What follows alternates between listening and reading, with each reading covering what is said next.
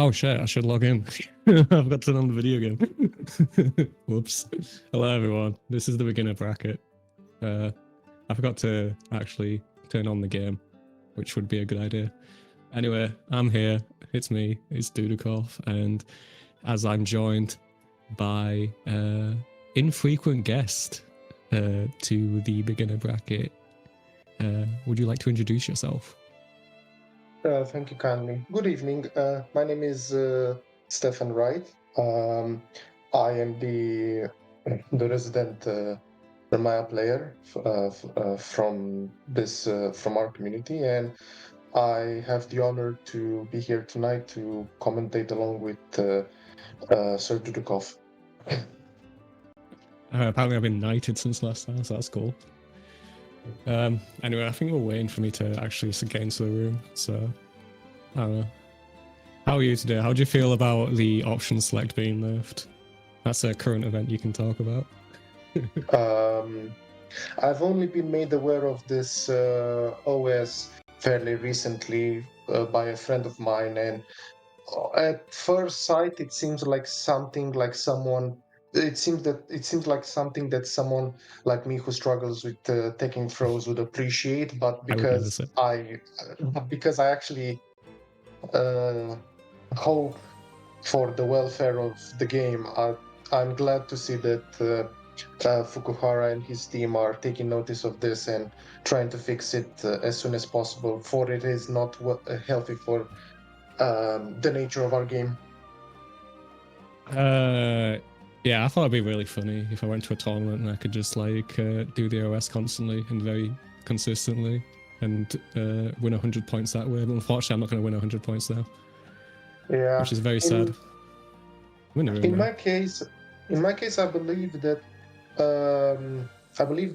well, now that I think about it, that a bunch of players who I've encountered recently online might have either been doing this without knowing or intentionally, because it's kind of hard to recognize. Because nowadays people will say, "Oh, if you take my throws 3 times in a row, I'm calling cheats." So, yeah, there's some conversation of like, yeah. hey, did people know about this since the beginning of the game? But then it's like this was a thing that was probably caused by a patch earlier, like a month or two ago, with when it came with 2B, which is the 1.21.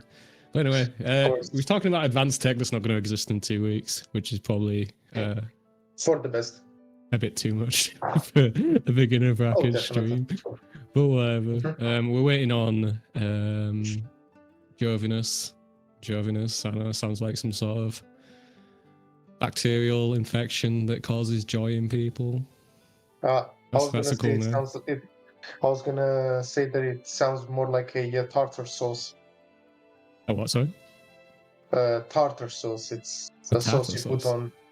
I know what tartar sauce is, yeah. Yeah, my I'm not familiar with that specific brand. I tend to think a lot of the time regarding food, but when it comes to talking about food, we have here the first set we'll be commentating between Sirius Bacon and Jovinus. Sirius Bacon being a fairy player who I had the absolute pleasure to interact with and play with them prior, and their fairy is definitely is fairly quite good for their level. Yeah, I think they've been around for a bit now. See them cropping up quite often. I don't know how they've done in previous beginner brackets. I imagine they've done like fairly well. Very difficult character to pick up, especially in this game. She struggles a bit in a number of areas. Haven't really seen like a really like top level fairy pop off anywhere, but there's like plenty of people who do pretty decently with her. Like obviously she's very difficult and awkward to play around. She's got those long range like dousing like normals, which make it very difficult to get up close to her. Also, she's got this as well, which is her 50-50, which is basically if she puts you, basically she can just put you into a position where you have to guess between a high and low, and if you guess wrong, you take big damage. Yeah, I've been hit by this many times by one of the more known Qas. Sorry, one of the more known fairies in the community, Qa. Okay. Yeah, he has been around for a bit. Bit of a mistake earlier there. We set up the red grenade with Eustace, which is basically a sticky grenade type thing, which attaches a grenade to the opponent if they block the attack. And then there's certain attacks that Eustace can do, including his like gunshot and his explosion, which we might see here. There's like a little shot on his dash there, which explodes the grenade. If it explodes on hit, then he can combo afterwards. If he explodes on block, then he's going to be plus afterwards. So it's generally a good situation for Eustace all around. If I'm not mistaken, Eustace can back throw someone who has the red grenade for combo extension, right? We're looking forward for it as well. It doesn't matter either way. But Very- anyway, we've very got a couple of solid. raging strikes there. Sirius Bacon was not ready to spot dodge those. Might be over the age of 17 years old, whatever we're putting the Boomer Zoomer line at these days. And Sirius Bacon seems to be doing a fairly good job initially using fairies Speaking of 50-50s. standing buttons. Oh yeah. Yeah, Eustace has got his own dear. little 50-50 there as well with the green grenade in the corner. Basically, like, well, is it even a 50-50? It's sort of like a, I wouldn't say it's like a high-low, it's more of a strike-throw situation. But it's a strike-throw where if he guesses right, he's going to get big rewards on either his throw or strike, as opposed to the usual thing where if you get thrown, you're not really taking that much damage. I see. Oh, okay. Very, so far, very tight pressure from Jovius. Trying to take back. Oh, yeah, the explosion. Like, Ferry's normals do have a hitbox, so when she gets hit, it does trigger the explosion, even though it looks a bit funky though. Ooh, And yeah. nice awareness from Jovial there, seeing that the Ferry was on a chip point, so just applying like a nice strong pressure to prevent them from doing anything about it, and they take the game because of that. Obviously, now we go into the second game of the set. Now I see that Sirius Bacon is using one of the nicer quality of changes for Fairy in this version of the game, being It's the not- L whip. Yeah. It's being a lobster in the chat. I wouldn't say it's like a high-low because like it's not like a true high-low like Fairy where it's like a complete guess, whereas like Eustace's overhead options are like different things that require like a certain amount of timing before they come out. So he can do his like auto combo into overhead, which you can like fuzzy block, or he can do his like jump JU, which is like a bit of delay between that and the low. It's very difficult to deal with, but I wouldn't call it a true 50-50. I don't know, man. Alright, well, I guess it is. If Lobster's saying it, then I'll take his word. If Lobster says it, it's gospel. I see. It could be the same frame and it has that certain like animation or Tactical, something like that. a tactical roll from Jovius puts him allows him to gather some damage. All right. So yeah, what you want to do against like the Eustace grenade generally is your best option is to not get hit by it in the first place. So if your Eustace player is just doing like auto combo into the grenade, you can spot dodge the grenade. You won't be plus after that. It'll still be Eustace's turn, but you manage to dodge the grenade, which is good enough. I see. If you are hit by the grenade, then at that point you're looking to avoid like a throw situation or a strike situation. So if they start attacking you, you can BC in response to those attacks, and that will erase the explosion. Although good Eustaces can be aware of that, and they'll like set up situations tempting you to BC, and then you like BC them and they hit you because of that, and you take big damage. So it's a very tough situation to be in, but generally just have a good time guessing, I guess. Yeah. RPS, my beloved, as they say. Ooh. Yeah, we saw this working earlier for Jovinus. I put an I in his name just for the hell of it. Yeah, it's happened again. Like, that's probably that's one of the things is like because of the grenade on top of Sirius there, like they're too busy focusing on like dealing with like the strike first situation to avoid the grenade exploding in their face that it becomes like easier for Jovinus to like do a raging strike, and Sirius isn't ready for it. But I think definitely this one, like if you're serious, you really want to be like hovering over that guard button whenever you're on defense, just because of the amount of like times that Jovius has shown that they're willing to rage and strike. Most definitely. And even then, like a lot of Eustace's options, like that you might accidentally like spot dodge in reaction to like the grenade or something like that. But that's good. That's fine. You can do that. If he does a shot as well, like spot dodge is not the worst idea. Because the timing between most of Eustace's shots are fairly the same, right? Unless he falls them. I think like light, medium. I don't know the exact frame data on them. This is similar sort of like timings if they held them or not. Oh, another funny interaction between. Tried to take the corner. The spot dodge manages to avoid the side switch. That's very smart right there. Kept the ferry in the corner. Very good. I didn't actually know that, to be honest. I didn't know like the spot dodge would stop the actual side switch. I just assumed they'd take the side switch anyway without taking the hit. So, yeah, that does seem like something most people would think. Yeah. I mean, I did. Oh yeah. I mean, I don't play enough ferries, obviously. Like most of the ferries either switched off ferry or they stopped playing the game entirely.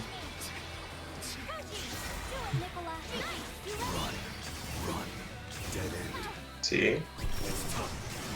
Oh, the EXM blaster, yes. It's quite an interesting. Like, go ahead. Yeah, Eustace's ultimate fireball reminds me of Luke's super from Street Fighter 6, the Santas, I think it's called. And it goes kind of like not full screen, and it's like da-da-da-da-da type thing. Yeah, I can see that. Yeah. Oh. Yeah. All right. This is an interesting like. Yeah, that was a bad time for before in GG. It's an interesting full screen experience right there, because obviously like both these characters are very used to being in a very comfortable spot when they're at a long distance, but they both have tools to deal with that, and who wins in that situation is probably like the character with the projectiles that don't have hitboxes on them. So Ferry probably has to take the initiative and try and get in those situations, although in the mid-range, like her normals can reach Eustace before the shots come out. So she probably wants to like kind of trying to put herself in that mid-range situation, look for the dive kick when they're shooting too much, that kind of thing. I don't think I've noticed Serious Bacon attempting to use the dive kick that much within the set. It's tough. It depends on what the Eustace is doing. Like if the Eustace is rotating their options properly, like they're shooting and also shooting balls as well, like that can be very dangerous to do, because if your dive kick gets hit, you'll be a counter hit, and then you're floating in the air, and the Eustace can chase that into a big combo. I see. But it's definitely like an option that is on the table. Like obviously you have to take an aerial approach or these like very grounded fireballs a lot of the time. But yeah, it was a tough time. Like there was the Eustace player, I think when they were applying pressure themselves, it looked like they were more confident in terms of the block strings they wanted to do and the situations they wanted to put their opponents in. As opposed to the Ferry, where it was a lot of times when Sirius got in, there'd be like one string and then maybe hang out in mid-range and then maybe get back to long range, rather than applying extended pressure that put pressure on the opponent. Oh, okay. Also, I noticed that Danford has swapped from his initial pick of Vayne to Beelzebub. This will be an interesting matchup, also because I'd like to try to learn a bit more about how to play Beelzebub.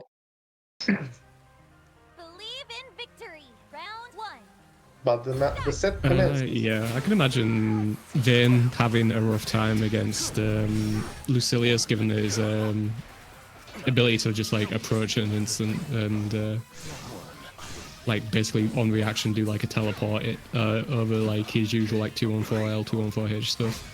So I can see a Bub's pick being a good idea in that situation. Okay. One of the best things about Lucilius is just these like pokes in the sort of close to mid-range game. Like it's just very annoying to be able to get in the first place just because of his buttons. Yeah, Bubs doesn't really care about that.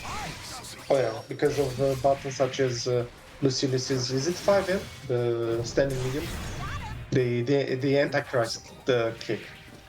I mean, he's got a bunch of he's got a bunch of really annoying buttons. Like his far light's really annoying as well. It goes like a mile and comes out instantly and just like stops everything in its tracks. His 2Ms can be pretty annoying as well. Oh.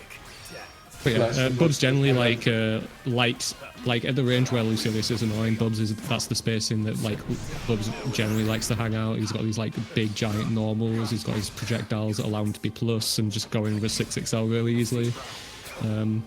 Danford not really opting for the 6XL in these situations, more just do projectile, do like medium, and then do another projectile. Which isn't really putting a lot of pressure on the opponent, but Silent is pressing a lot of buttons in these spots. Which is getting caught, so no reason not to get caught. And it seems that Danford was able to capitalize off of the mashing tendencies of Silent Bell. Yeah, that's basically what I was saying with that. Like, Silent Bell generally should probably like chill in those spots where it's just sort of like just doing normal into projectile into normal, because it's not really like threatening him in any way apart from taking a little bit of chip damage.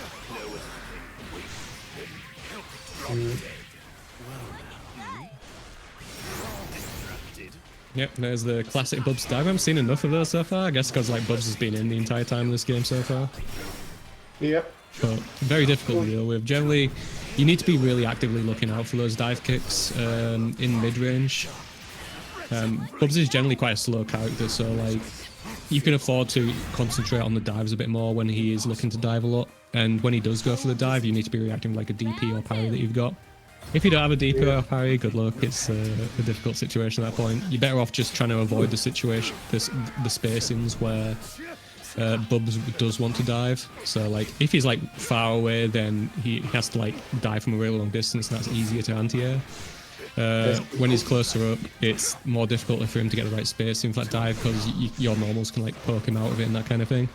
So just generally trying to avoid the ideal like dive kick range is what you want to do if you don't have a DP or parry.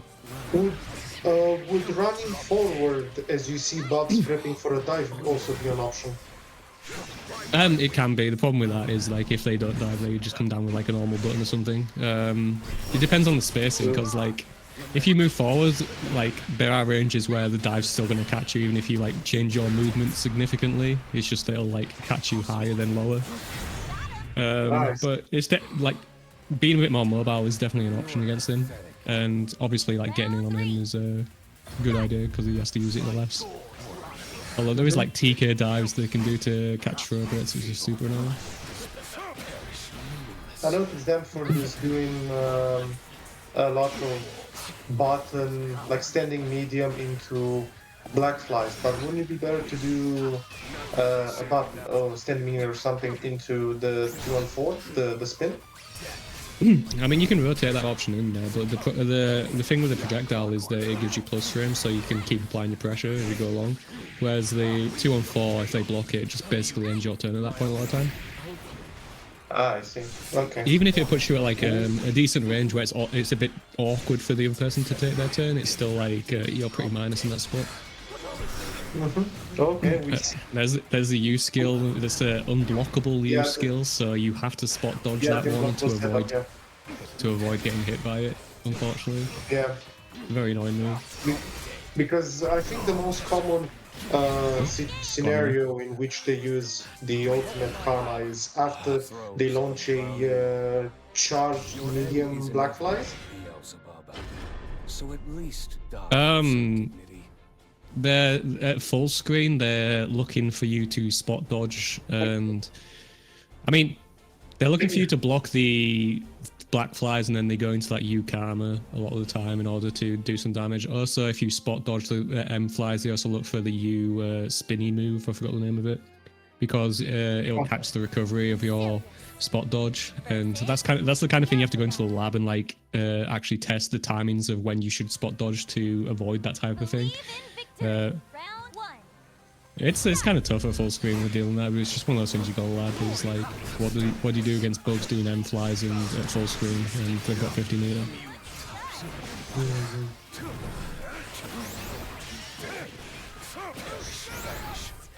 I'll be honest, I don't know the names of any moves in this game, so I'm just I'll use the motions a lot of the time. Yeah. I am not very. I'm not good at this commentary gig. I'll just tell you what it is. Oh, like apparently I'm not spectating, so that's fun.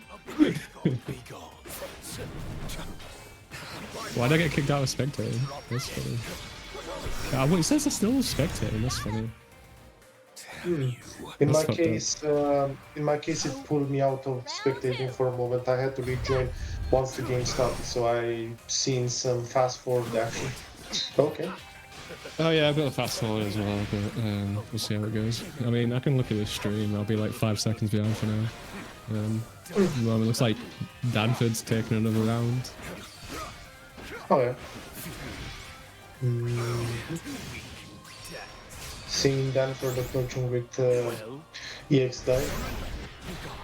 Okay. Yeah, the problem with like calling the names by their motions now is that like a lot of people only use like simple inputs, so they're not really familiar with what the motions are. As opposed to before, everyone's like familiar with them. So there is more of a reason to remember the names of moves at this point. But then again, like nobody knows the names of moves as well. Like, please name me Uno's 623 special move and all 5 of its follow-ups, what the names of each individual one of those are. Good luck. Yeah. Oh, a very nice dodge from Silent Window. Yeah, on the 2-2, and that's a pretty good reaction to the dive for Lucilius. Like the U teleport, I mean, makes them like disappear for a few seconds. So as the dive comes down, they're not there for it, and then when they come back, they're still in recovery from the dive. So that's pretty nice. Very interesting situation. Yeah, I mean, this is very much not. Very much not a traditional Rising game. Silent predicted that they're gonna be pulled in by the karma, so as they got pulled in, they were doing a button to get a counterfeit situation. Oh, nice. Cool. Tried to react to the projectile with the teleport. It's not quick enough on that, but we still managed to take our turn because of it, so that's not too bad. Let's see. Oh yeah, we're just sort of teleporting around now. Like, this is the ground-based footsies that Grand Blue's known for, right here. Yeah, we see a lot of Frogger gameplay, yeah. Nice button. That was a very smart reaction to the teleport. Like, yeah. The Bubs will be pressing buttons coming out of the teleport just because they're trying to catch you out. So, like, on reaction, just like dodging the buttons of the U teleport and then catching them on the recovery is pretty fun. Very nice.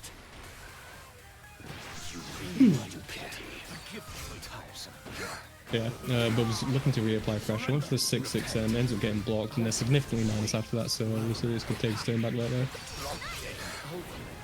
Yep, using the EX projectile in order to get in, causing them to block it, and then they can teleport in and take their turn still. So UDP there. Reversal.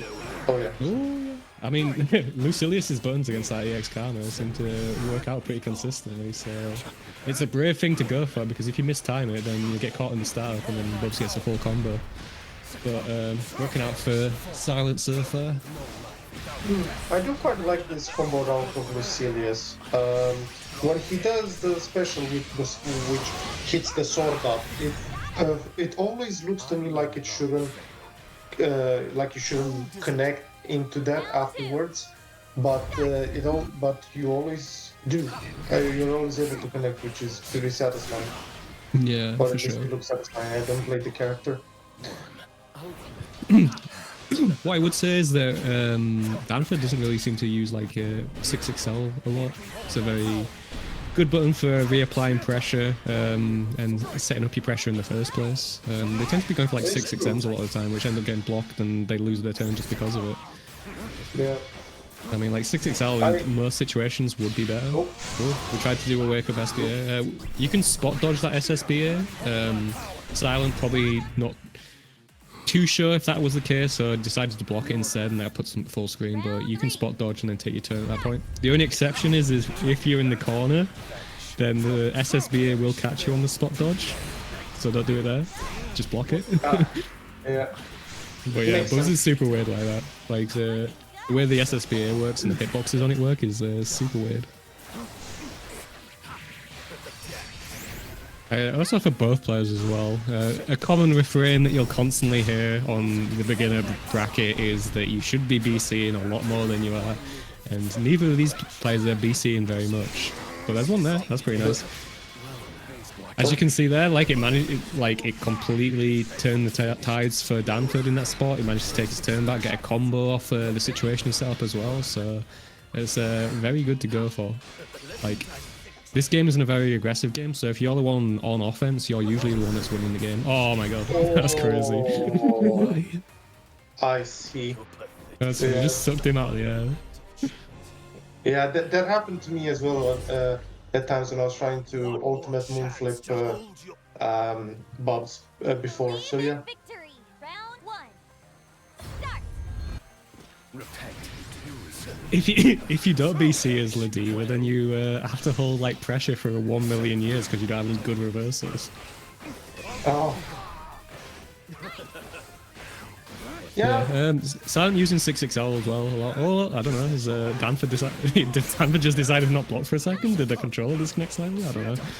We're getting hit a ton. Silent unfortunately not able to make these conversions. Probably not expecting them. Nice use of the BC there. Oh, we caught 2H for some reason. I don't know if that was like an attempt at a DP or something, but managed to dodge it with a U teleport. Very awkward, obnoxious button to play around. So very good for like, if you expect your opponent to be pressing or you expect your opponent to be throw teching, then it's a great way to blow them up. Also, I see Zoner Ladiva in the comments. It truly gives me nightmares. This whole concept. Yep, nice time to UDP. They were very close and very aggressive. Usually a good spot where they're unlikely to block. We see the use of the auto combo into overhead there, which is like if you're auto comboing and then it's on block, then going for like either the overhead or the low at that spot, then allows you to take your turn backs more than like getting any damage in, which is very valuable in this game. U teleport working out again for Silent. I think that's been the key to their comeback in this set so far, is they're picking their spots to be able to do the U teleport into big damage, and they take the set 3-2 because of that. Very close. Very nice. Yeah, as I said before, standard rule, use BC more is a good idea. If you're in the corner, taking pressure, BC is generally the correct play to make there. On top of that, I'd say Silent was missing a number of their conversions a lot of the time when it came to like combos and stuff like that, so that's just a matter of practice really. And for Danford, I'd say look into using 6XL more within your own pressure. There was a lot of like, not like base game Bubs pressure where you were kind of like doing a long button into projectiles into a long button to projectiles. Being able to get into your opponent's face with 6XL threatens some throws sometimes as well when you're running in. Make sure like offense a lot scarier at that point, and you should have more success because of it. Yeah, because despite 6XL being nerfed for in the latest patch, or at least well, being adjusted to be, at least for the sake of it, somewhat more fairer to deal with. And despite all that, I think it's still, as you said, it's still a very good pressure button to use. Yeah, it's very good game determinative still. If you watch high level players, there'll be a lot of 6XLing going on. Yeah. But also, I think they weren't using. I think the players are sorry. The situation with this set where both players haven't used BC a lot. It kind of reminds me of pre-buff Anila, because Anila wouldn't. You wouldn't see that many Anilas use BC as often. They would keep it in order. It depends on the Anilas you were watching. Well, I did have the honor to play against a good friend of mine, Watori, who's Anila is an up-and-coming star, I'd say. A very determined player. A very one yeah, of his the Anila's pretty most. solid. Oh yeah, another great soul. Yeah, right here it seems we have Booty, who I believe I must have faced them prior. I remember the name. Booty's Gran versus Nemoria's Jita. All right, so I'm guessing it will be a battle between MCs in this case. Versus Yeah, protagonist fight. Very common at the beginning of Grand Blue base game. Don't see it that often anymore. Gran, not as strong as he once was, but it's still a very solid Shoto character. Like, if you're good at the game, then you'll have a good Gran. Just because he's a solid hand that can output a load of damage in one shot. Jita, the Jita, the corner carry queen, just like being able to convert into like big damage from anywhere on the screen, basically because of that. Number of other things going through as well with walk speed and normals being like fairly good at controlling the neutral. Definitely can be a little bit underrated in this game. Still think she's like a really good character. We'll see how this goes. Here we go, seeing like grand corner combo. Not as big as it could be just because of not going to have the meter to go into the big explosive stuff immediately, but the pressure continues. Have two combos, into a throw, and that kills Nemorelia. A very solid first round, yeah. round 2. Start. Oh, Booty Nice trying jump to over pass around itself. that heavy. Nemoria pressing after the 6XL. It's got 6XL after the patch. It's got a bit more recovery now, so if your opponent does end up dodging it, like say by jumping or just spacing themselves as well, it's probably a good idea to just start blocking at that point because it'll be their turn. Oh, Yep, go straight into the super here. Going to take a BP from Buddy.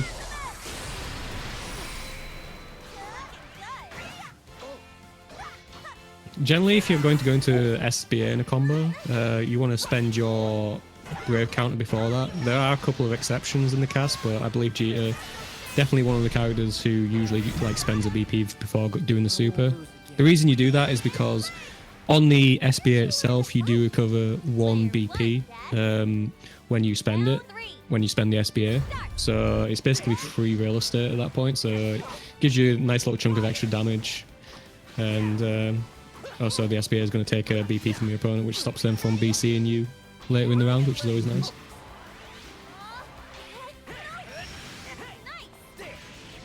Yeah, this is the kind of spot where instead of taking the risks that Nemoria is taking, it's probably a better idea. It's just a BC on response to blocking an attack. But we do get a back throw, which is a very good incident here. Buddy deciding they don't want to hold anything and reaps benefits because of that. Managed to charge up for a few seconds. If you do Brave counter someone and you do get the counter hit, it's worthwhile going into training mode and figuring out how to do a cross up at that point, which dodges DPs. So generally what most characters do is run forward a bit and then jump over the heads of the opponents in order to get out of the corner and also put their opponent into the corner. And it's well worth practicing, as like you will be in a situation where you BC and counter hit someone a lot, and being able to put your opponent into the corner from that is very strong in this game. most definitely. I'll need to take a note on that too. And here we see another. We're going for 5U delayed meeting. Interesting. Yeah, that's the first time I ever see a GTOP player do this, actually. Yeah, I mean, that's what I was talking about earlier. Like, Buddy was taking a lot of risks by trying to mash out of these situations when he still had 3 bravery points, and instead of taking a risk, he could have just brave countered and then been able to take his turn with like very little risk to himself. A lot of people, like, when they do like brave counter as well, they generally just do it as a guess, basically. But the thing is, like, for anything that's like a medium or a heavy or like a special attack, you can just brave counter in response to that. Like, you see your character block that, and then you brave counter when you see that, and there's no guesswork involved at that point. So that's like the safest BC you can do.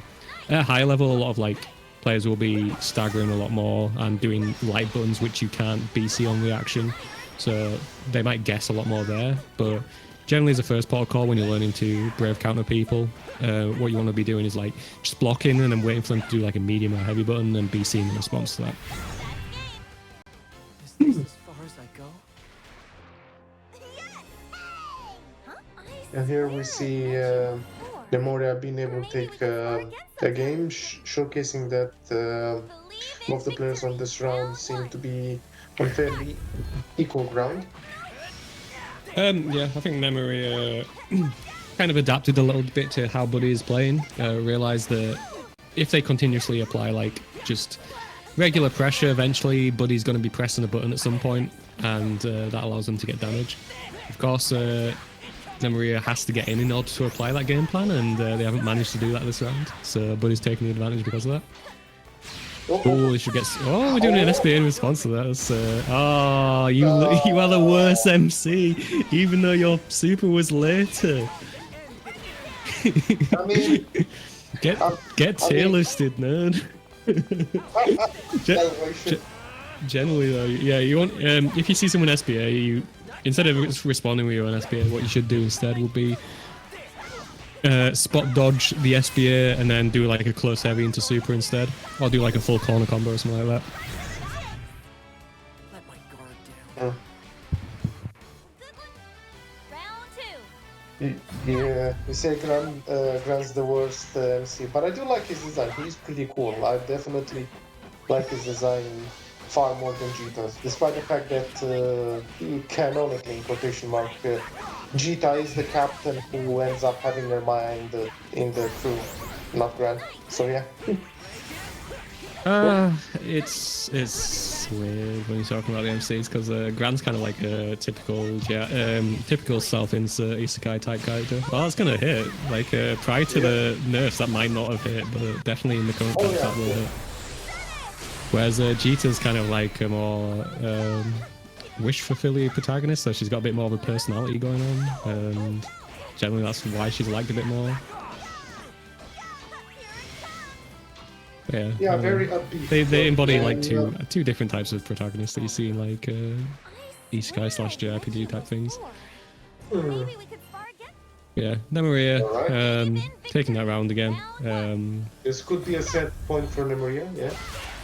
Yep, we tried to anti-air with like, I don't know, it's like heavy button, I think, I can't remember, but it works out, it clashes.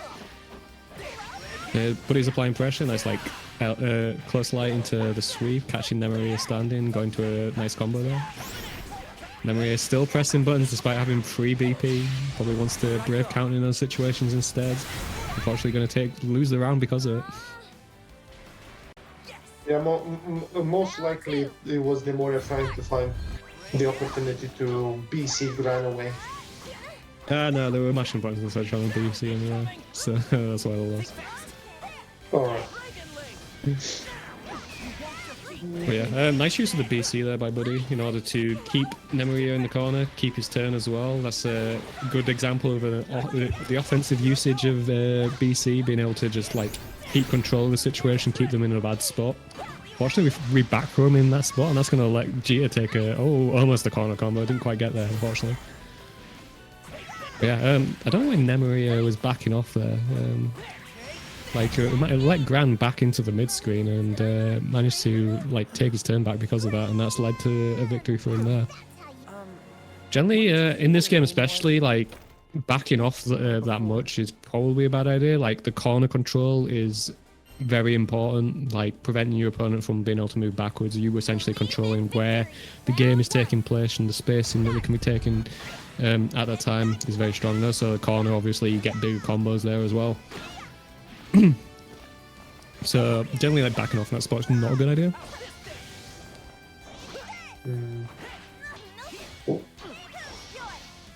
Just like kind of trading hits and neutral here so far. Nothing too much so far. Although like Buddy's taking kind of a significant amount of damage there.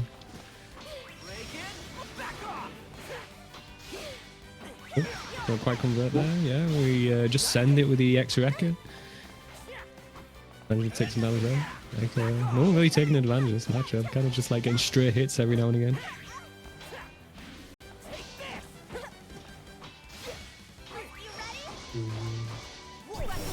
Oh, we tried to do a sick bit of RPS. Unfortunately, it doesn't work out. That boot is mistimed. Yeah, with Grand's boot. Oh my god, they're getting a little bouncy on the fireball as well. Grand's boot, it needs to be spaced correctly in order to prevent it from being in a punishable spot. So if you do it too close to the opponent can punish you out the boot. Whereas if you do it at a distance, then it's generally safe. So they can't like hit you after you do it. You can block in time before the hit comes to you. If that makes sense. Yeah.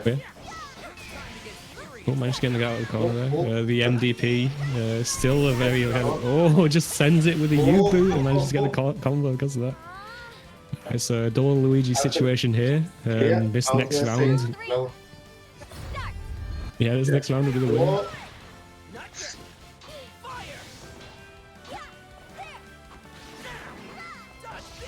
Yeah, just filling things out in neutral. Grand's going to charge his shotgun, which is his 5U. When it's fully charged, it can wall bounce from pretty much anywhere on the screen, leading to a big combo. Oh, they tried to walk forward and do a fireball. Classic mistake. Generally, that's one of the things you just gotta learn at some point. It's like if you move forward, then want to do a fireball whilst moving forward, you generally want to do a half circle to prevent the DP from coming out. And it looks like they're going to lose the set because of it. That's quite unfortunate. That's all she wrote. Yeah. Oh. The match has ended. Yeah. Yeah, very close set. Unfortunate ending we see there. Yeah. But yeah, very good performance from Buddy. Definitely one of the better beginner Grands you see nowadays. Well, yeah. Don't overdo it. like beginner to intermediate player Grands you see. Yeah, it was a very close set. Like, could have gone either way, to be honest. Oh yeah, definitely. I think. Yeah, the key things, same as usual. BC more. You know, it's going to come standard now. No worries. I think generally, God, it was very bitty. Like, there was a lot of like. I'd say being a bit calmer on defense as well can help. Like not trying to like guess in every spot where you think you can guess would be a good idea. Like that's probably why you didn't see so many throws in that game. Is just because the amount of times like people would be pressing into buttons. Like eventually, if you just keep pressing buttons, eventually you're gonna hit someone who's just pressing buttons all the time. Yep. And now we have Menera Lover and Liquid Quills. There is no greater privilege. My Love apologies Quills. for my apologies for butchering the name. Can we just go back to being called like Dave or something like? I'm probably like 0 for 8 on like pronunciations of these names in this beginner bracket so far. Yeah. Yo, can we get Dave from the cookout or something? Let's go. Oh, nice use of the BP there. Yeah. Generally, like, especially at a beginner intermediate level, like, if someone does an auto combo, they're very likely to do a special after that auto combo, then just like let it rock because that leaves them minus in the face of the opponent, which is a bad spot to be in. And so it can be like a really good like point to actually go for the Brave counter and get a counter hit on like the last hit of auto combo when they're trying to cancel it into a special. Obviously like at high level people are aware of that type of thing, so it's a bit different, but if you're looking for a spot to Brave counter like an intermediate beginner level, like the auto combo third hit after that, that's a pretty good spot to go for. Because you can see here like they're both doing auto combo into special.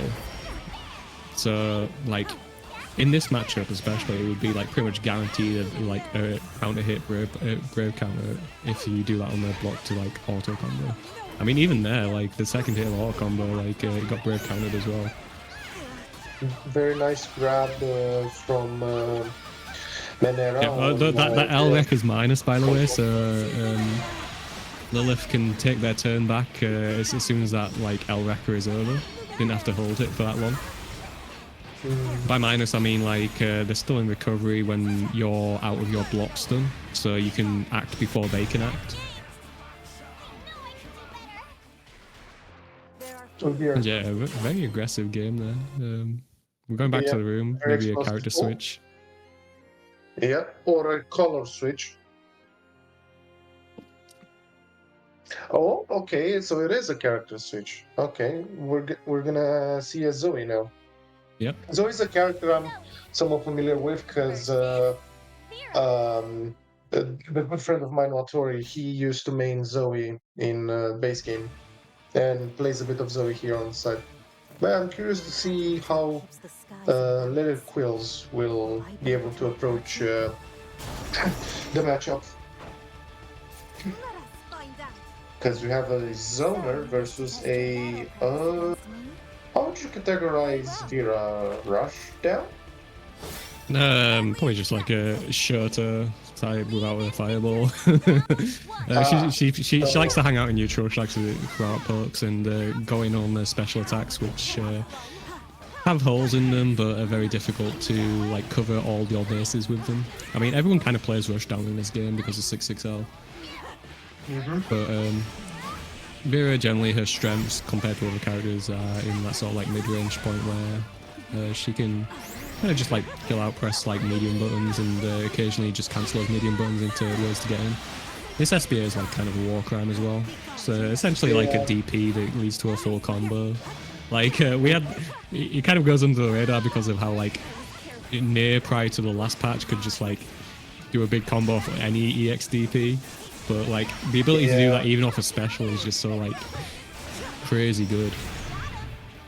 Nice recognition of the cancel there into the DP. Probably a guess, but we'll give him credit for it. Yeah, credit where credit is due. Yeah, nice use of that MDP from install video. Yeah, the MDP like is a bit of a knowledge check as well. Like in order to punish it, you block the first hit and you have to spot dodge the second hit, or else you won't be able to punish the DP. It's just something you gotta know about Vera when she's in install. But we haven't really seen the need for that so far because the DP hits. So that's punishable. Oh, we didn't punish it in time though. Like the 6-6H from Zoe is a very good button for her. Like it can absorb one attack and then hit you into a full combo afterwards. So if you end up blocking that though, it is punishable almost every single time. Punishable how? With like a far light into something, for example. I can't remember the exact frame data on it. Oh no worries. It's okay. I wanted to know like like a far light or something. Yeah. I think a lot of characters can like medium into something as well for, against it, but I can't say for sure. So I said light just to be safe. Oh yeah.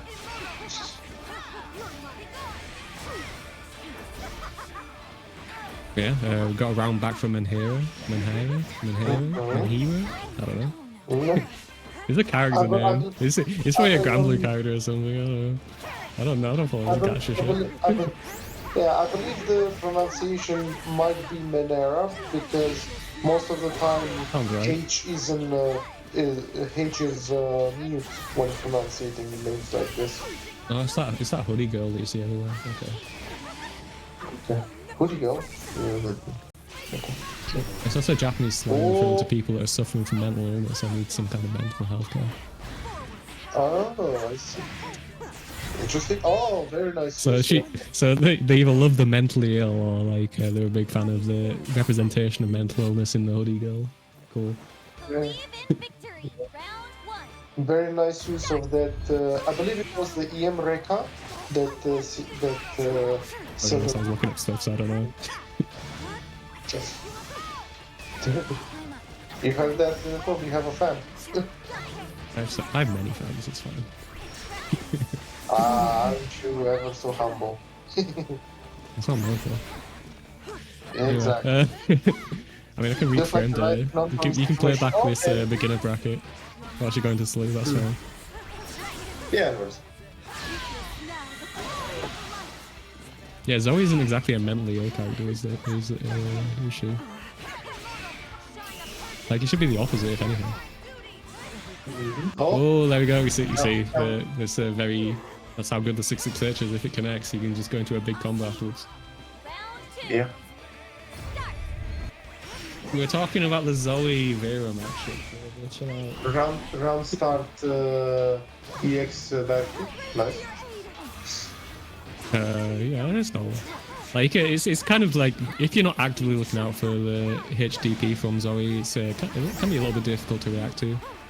And they're plus on block after it, so it's a pretty solid way for Zoe to get in as long as she doesn't spam it.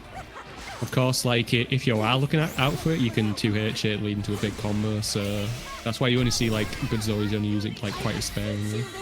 Yeah. That's the other thing about that super. That's another reason why it's a war crime, is that it's very difficult to punish at times. Like, if you spot dodge it, you can't punish it. You have to, like, block it in order to punish it, and even then it can be awkward what buttons you can and can't press to punish. Yeah, U-Dragon from Zoe, very good button. Go ahead, sorry. Yeah, Manera seems to be quite fond of using the U-Dragon, that's what I was gonna say, yeah.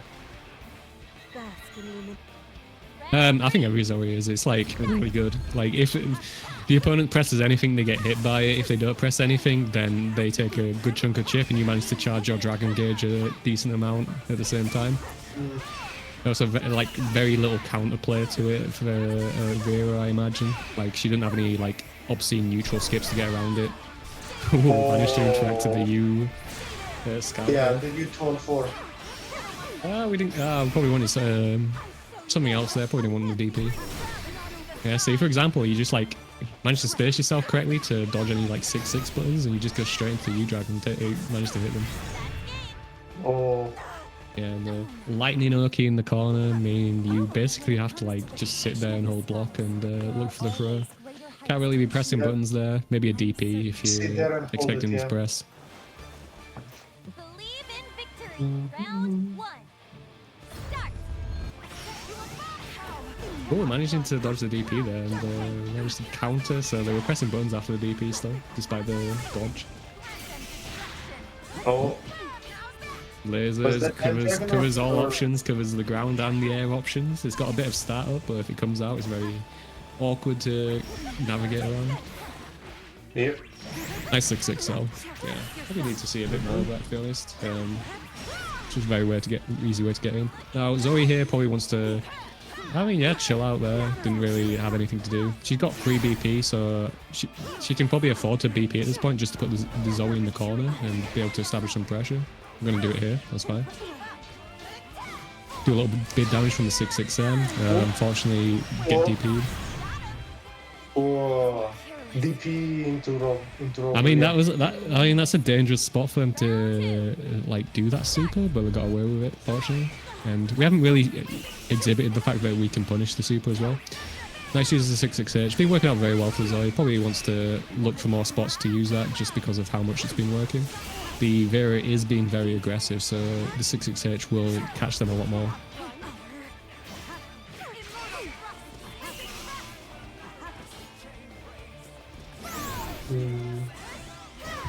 Yeah, that's fine. I mean, like, even there, like, the jump over, like, it managed to dodge 6-6H, but they're recovering time to be able to punish, though. Yeah, oh, the Vera Classic. I'm going to do my Scalator thingy into minus frames, and I'm going to do the SPA on block, and what are you going to do about it? You're going to press a button into it, and I'm going to get a full combo. One wrong mistake. Oh, nice use of the lightning, and nice little selb there, because if it hits, then you get a combo. If it doesn't hit, then you're going to force them to hold the dragon anyway, so it's a win-win either way.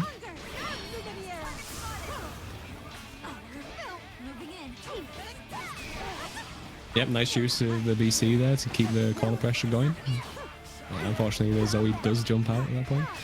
Yeah, that's the problem with being like so hyper aggressive at that point, going in the 6XLs from further distances, is that you're liable to get jumped over and get put in the corner yourself.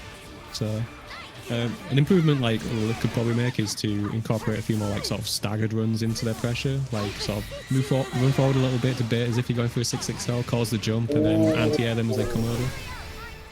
There's that little setup we see again, and the follow-up to the setup as well with the 6-6H. Very nice. Oh, we missed the grab. Our opponent doesn't react there, so we do another grab and manage to get that. Very nice. Then the UDP. He was on cooldown there, so the full damage still in this. And tried to jump out, gets it. Yeah. So I see this as quite a common thing that players tend to do in that situation. I do it too, where they want to get out of there as quickly as possible, so they try to jump in because of the pushback. Zoe was able to be far enough to capitalize on that with a standing medium. Oh no, the Raging Strike on defense. I was trying to BC, but I got the bit RS anyway. Yeah. I'm not really a big fan of the... Go ahead. I was going to say, I think that happens mainly if a person is relatively BC trigger happy and the person on the offense is trying to stagger the buttons, no? Yeah, that's usually the situation it can occur in. Oh. Like again, like I was saying, you don't have to guess on your brave counters. You can wait for a medium or heavy button to be blocked and then just react to the block in order to BC. But there are times where you kind of do need to guess on it, so it can happen even at high level. I'm not a fan of these like regular lightnings in the air. I think if you're going to do that, like your lightning cooldown isn't like a really important one for Zoe. Just do the EX one; it covers more ground. You're less likely to get punished out of it. So just do the EX one every single time, I'd say. Oh, nice recognition of the fact that they weren't going to roll the lasers, so they went for the 236U. Managed to get a decent chunk of change there. I keep saying that instead of just doing damage or whatever, I don't know why. It's been a like ism of mine for now. Is that going to catch? Oh, the lightning caught it. We managed to punish for like 400 damage on a whiff DP. Oh. Yeah, just managing to clip the toenails with no laser there. Oh, back row incident, unfortunately. Probably intended for full Not like place. this. Well, I mean that's the setup there. That's what you gotta look out for. You gotta look out for the throws runnings. You gotta look out for the overhead.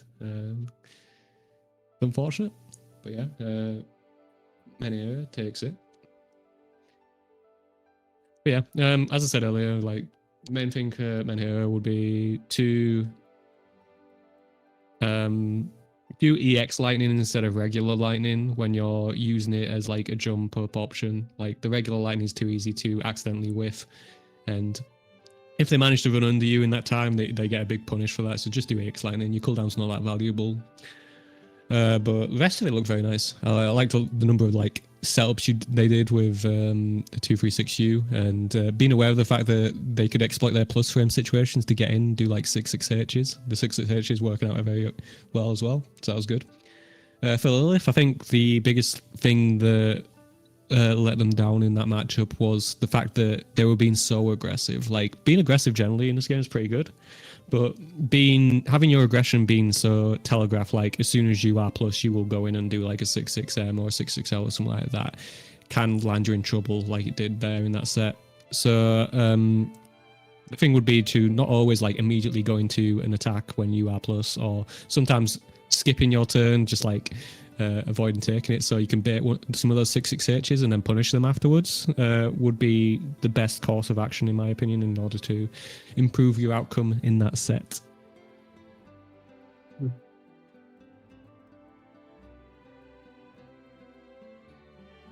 Yeah. Anything else to add, Stefan? Well, I don't think there are any particular things that I would like to add to the previous set that haven't happened prior. Just like you, I do think that the over reliance on the L version of the fire of the Thunder was definitely.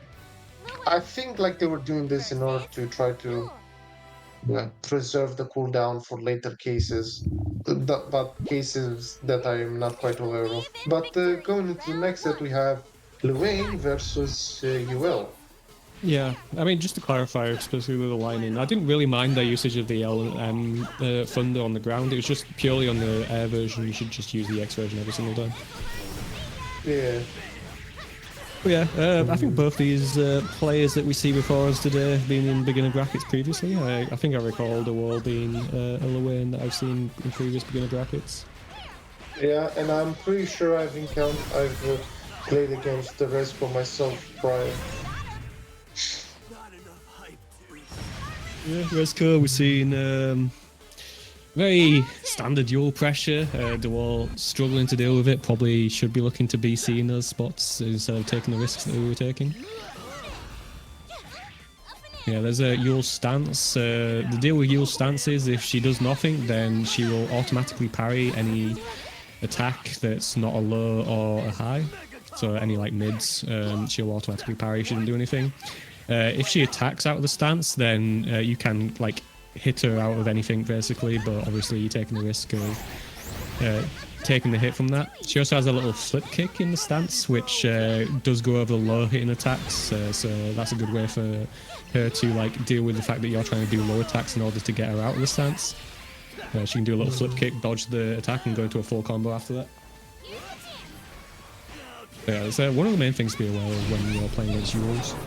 The other thing to be aware of is the far medium. It's a very strong neutral controlling tool, especially in this newly nerfed 6XL world. If you were to whiff a 6XL right in front of her, she's got a button ready made to punish that. Yeah, we'll see if they know.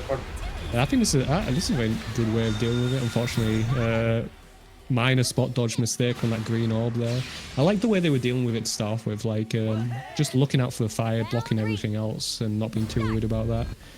I think that's a very good like layer 1 for it. So if you've got a lot of health and the Luane does SSBA, like if you're not confident in your Luane dodging techniques, I would just look at the fire and try and spot dodge the fire and just block everything else. You might take a decent amount of chip, but at the end of the day, you're not taking like a significant amount of damage from that, so it's fair enough. As you grow more confident against the SSBA, then you can look to jump block the green orbs, which is generally a good idea to prevent like unblockable situations occurring, and going into training mode and practicing spot dodging the lightning attack as well, which has a kind of tight timing to it, but if you practice it, you should be able to get it pretty consistently. The rocks that come out of the ground generally you can't do anything about. You kind of just want to block those a lot of the time. I will see the first game being taken by Resco's UL. Yeah, pretty dominant display, I would say. Other than the Luane managing to make come back with the SSBA. Oh, nice little staggered pressure with the lights there, managing to catch the Luane out, pressing buttons. There's the far medium again. Unfortunately, we don't convert into anything afterwards. Luane's JU, they're all overhead attacks, so you have to be a little bit aware when he's doing it in order to prevent from like taking damage. It does change its trajectory a bit, so you can get caught blocking low from it a lot of the time. The wall lining quite a lot here. Your classic, just do something minus forward moving, advancing special. It's minus into DP. Don't mind if I do. Every Yule ever. Oh, we decided to put spending IRS there. Interesting. Oh, we still managed to get the low, so that's fine. Go ahead. Even some Nirmaya players, I see do this. Like they'll do this last one block into DP right after. I mean, the reason they do it is it works a lot. It's just that when you play against good players, like you are going to get blown up for that. It's like bad risk reward. Like if they block it, you take a big combo. If they don't block it, they take a minor amount of damage. So the risk reward is in their favor for those spots. But if it works like 90% of the time, then the risk reward becomes good. So go for it. It ain't stupid if it works, as they say. Exactly. Yeah, another spot there where Luane was stuck in a tight spot with 3 BP. Probably wanting to look to Brave counter there, or could have like SSBA'd to just get out of the situation in the first place, or SBA'd even. So again, if you've got your Brave counters, you want to use them, please use them, especially if you're in the corner.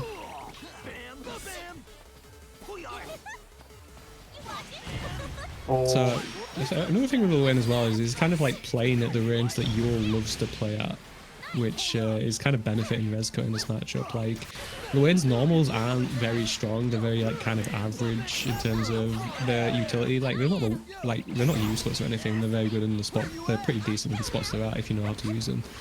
But generally, if you're Luwen, what you're looking for is to try and get in, and if you're not in, you're trying to get as far away as possible in order to set up something that lets you get in. Now, against someone like Yul, who doesn't have like projectiles or like ways of like dealing with people full screen really easily, like Luwen probably has a decent amount of time just like backing off, setting up like cat lasers, cat bots, sending out the bros, and using those to get in instead of like trying to play like neutral against Yul when she has the far medium. Oh, she's going to take chip damage here, unfortunately. Took a bit too much damage on that flame carpet, and that led to the chip situation where it becomes a lot tougher to deal with when you're trying to dodge chip point against Iggy in that spot. Oh yeah. Yeah, I'm not a big fan of DeWall's gameplay in this matchup so far.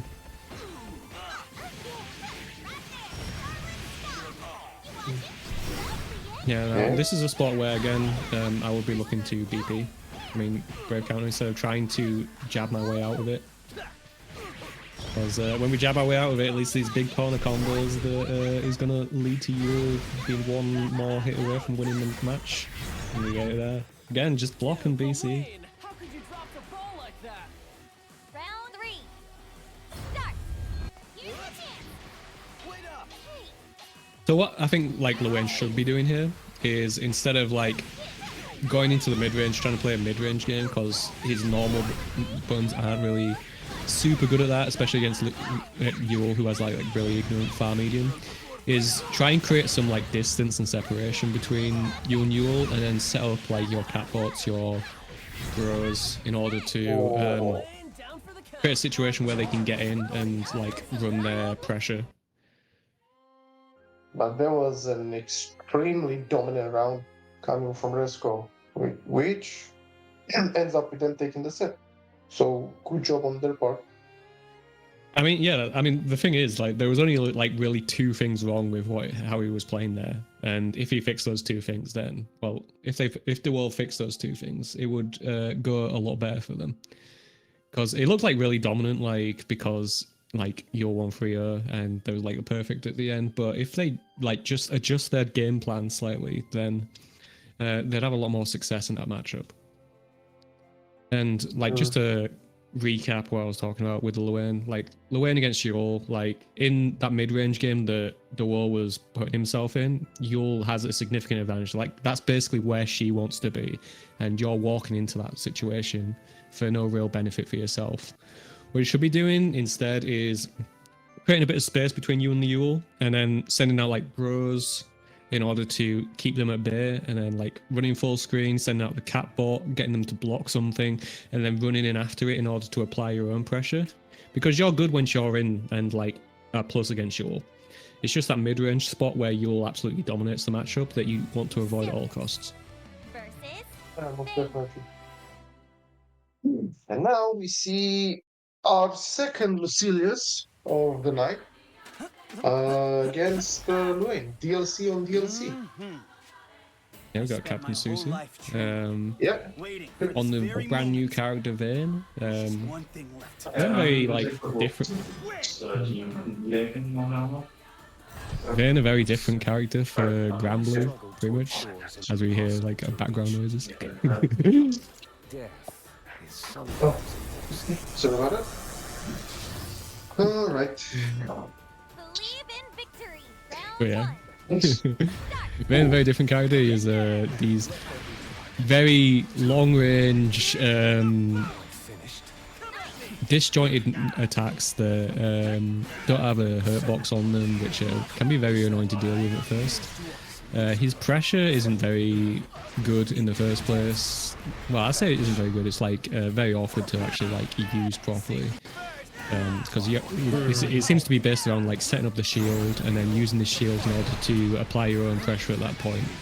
The issue comes with like when you're trying to, so here you do the 2M into the like underhand sequence and then you're minus afterwards. and the opponent can then just like take their turn back. There's stuff that the Vayne can do, which is like 5U or like DP or something like, or back off slightly to avoid like a 6-6L and then take the turn back that way, but it's not an ideal situation to do pressure when like other characters can pretty much just like 6-6L back in after like doing a special and then like create awkward situations for the opponent. Round 2. But yeah, we got the rare SSBA finish from Lucilius with the base boost. As their name tag suggests, yeah. Yeah, pretty much. Lucilius gets stronger as the round goes on. The more specials he does, he builds that meter that's just under his like special meter there. Oh, unfortunately, trying to spot those. Yeah. Once it gains levels, the cooldowns come back faster, so you can do more specials at more frequent time. Like you see at the moment, it's recovering at a medium pace because it's at level 2. But once it gets up to like level 3, then it comes back a lot faster, and Lucilius becomes a lot more dangerous. Most definitely. His little awe combo into super there. He's going to cap off the round. Captain Susie, finding it difficult to apply pressure to Vilk at the moment. Vilk kind of like waiting for the minus frames to come and just taking a turn after it. So Susie hasn't really figured out a way to like deal with that at the moment. And then of course when it's Lucilius' turn, like Vayne does not have a reversal without spending 50 meter. So it can be a bit tough for him to do stuff. Oh, we managed. Yeah, the shield managed to absorb the DP there, but unfortunately we spot dodged to try and anticipate the DP as well, so we can't exactly take big damage there. Yeah. Nice use of the BC there. That's exactly what I was talking about earlier in regards to when you're in a bad spot, just BC. Susie again managed to use an aggressive BC in order to try and put them back in the corner. Unfortunately, gives them enough time to mash out, and they managed to win the game off that. No mercy. Round 2. Start. Bounce that slide, managed to get some pressure. Yep, again, just gonna wait for it, take the turn. Use the BC there. The EX Wreck is pretty good because space it puts them at makes it a bit more awkward to 6-6L at that point. Okay. But again, you're wasting one of your main like cooldowns to do on like block string sequences as well to do that, so the opponent now knows that you can't go into that, and therefore they can take their turn off like auto combos or something like that. So while it's good in the moment, if they just block it and wait for your pressure to continue, then it becomes awkward after that. Yeah, that's one of the main things to do against the shield, is that if Vayne is like a decent amount behind the shield. Oh, nice reaction to the teleport there. It's going to lead to a round 1 right there. You can just like 6-6L. Like the shield takes a long time to come out and a long time to recover as well. So if you see someone shielding, you can just run up and 6-6L them all the time. The way the shield becomes awkward is when like Vayne is kind of like stood in the middle of it, and then it starts absorbing your attacks, and like Vayne like doesn't care about them at all at that point, and it can be kind of hard to deal with. Oh, nice reaction with a 2H to the teleport. Yeah, very nice.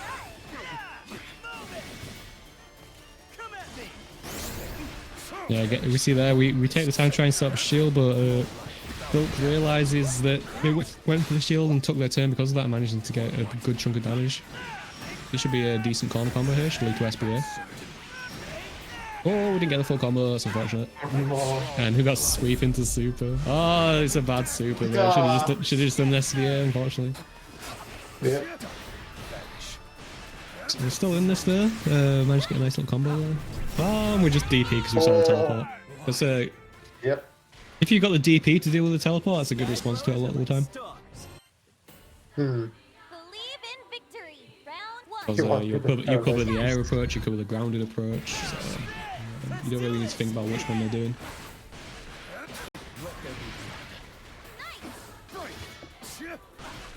Nice little response from Susie there. Oh, didn't manage to take the turning time on the auto combo, so no problems to get back. Oh, teleport works out there. The H teleport, which puts him in the air, can lead to a full combo on hit, as we saw right there. Yeah, with the primary way of dealing with that being to entire 2H. Sorry, 2H. I'd say the primary way would be to DP if you have a DP. If you don't have a DP, then generally it's your 2H that you're trying to time in such a way that it also will cover the grounded options that Lucilius would do, which sounds very awkward, and that's because it is. It's something you have to go into the lab and practice. Just like set the Lucilius to do the 3 different teleports and try and find an option that covers all 3. Like Matera, you kind of like you kind of like I think you 1H in and then pressing RS so that you can do a combo if it's the grounded version, and if it's the air version, then the counter hit animation comes in and the RS gets cancelled, so you can do a full anti-air combo, which is as awkward as it sounds.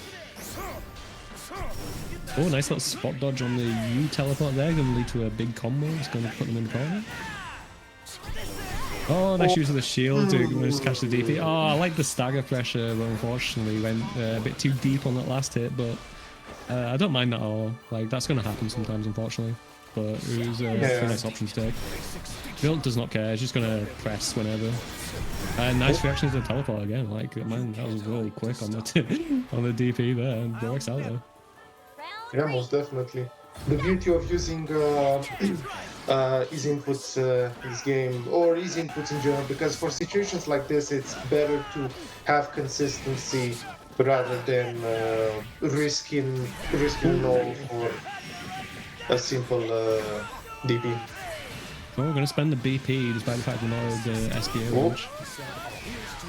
Nice use of the BC there. We can see that Susie had spent meter in order to sell that Oki situation, so they're probably pretty keen on getting something out of it. Oh, the shield absorbs the sweep, and then we cancel off the sweep. Unfortunately, we got finished. Oh, that's so sad. That was close to being like a really big friend player, but it didn't work out in the unfortunately. Oh, we go for our own sweep into SBA. Doesn't work out well. Vilt needed to spot dodge that in order to be able to punish it. It gets put at full screen instead. And the Raging Strike going to be countered by the Raging Counter, whatever it's called. And now it's just one-hit situation, 6-6L. Let's go. Booyah. Oh, yeah. Yeah. Believe in victory. Round 1. Okay, nice little close set here. Yeah, Vilk has been taken to the air a lot, which is very dangerous against... Oh, that could have been a full combo right there. Which is very dangerous against Vayne. His anti-air combo routes do lead to big damage into a big corner carry as well, so... If I was Susie, I'd be looking for those jumps a bit more, just to try and catch them out in the neutral, but we haven't had much neutral so far in this game. Oh, a nice 2H there. Not sure you don't get anything off of it. Like, we can't really anticipate what teleport it's going to be, so just kind of send it whenever.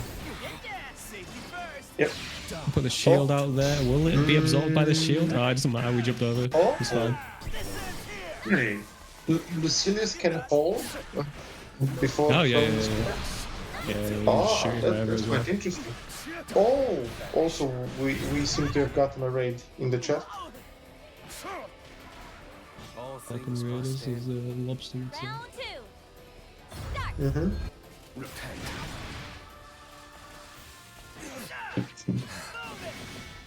Yeah, this is a beginner bracket. Even though it says bracket, it's actually a... what do you call it? Swiss bracket? It's not a Swiss bracket, but a Swiss something. I don't know. It's a Swiss format. Anyway, Swiss format. yeah. What? Swiss format, yeah. Format's a good word. Let's use format. That's cool. Yeah, it's more professional. It's more big brain. Okay.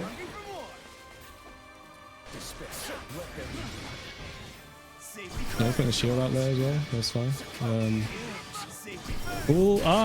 Yeah. We've got so much recovery on that shield. Like, we probably just want to look for the block if they're going to teleport on reaction to it.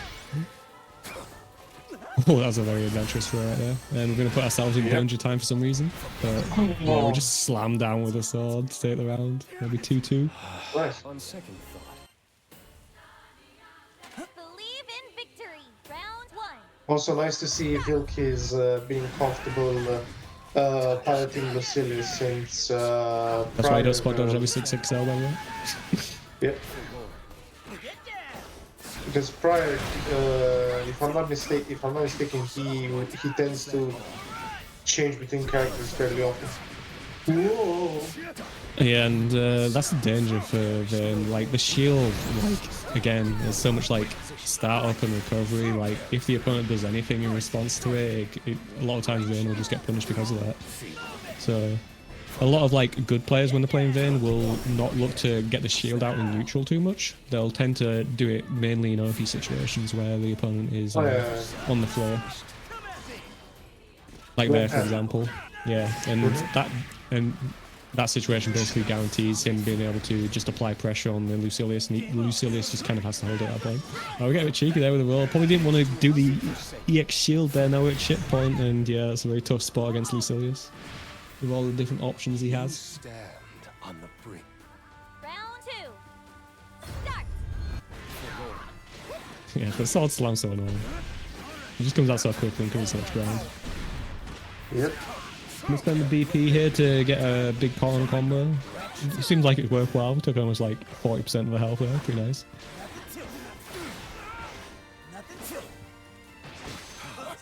Yeah, again, Susie probably wants to look for a spot to BC out, but Vilk is keeping their distance, kind of just wanting to hold them in the corner, which is a very nice little restrained gameplay here from them.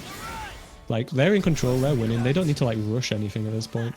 Yeah, they just wait for Susie to do anything in response. I mean, we spent the BP there, and there's another roll again. Yeah. We're ready for it with a low. Rolls, you can catch...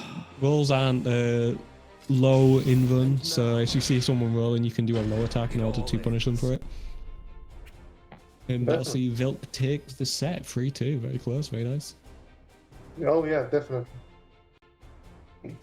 Oh dear. I have to press the button again. But yeah, I'd say the main thing for Susie, the biggest critique would be trying to set out those shields in neutral too much. Again, so much recovery, so much setup time. Like if the opponent presses some like absurd like U skill button, you end up getting punished because of it.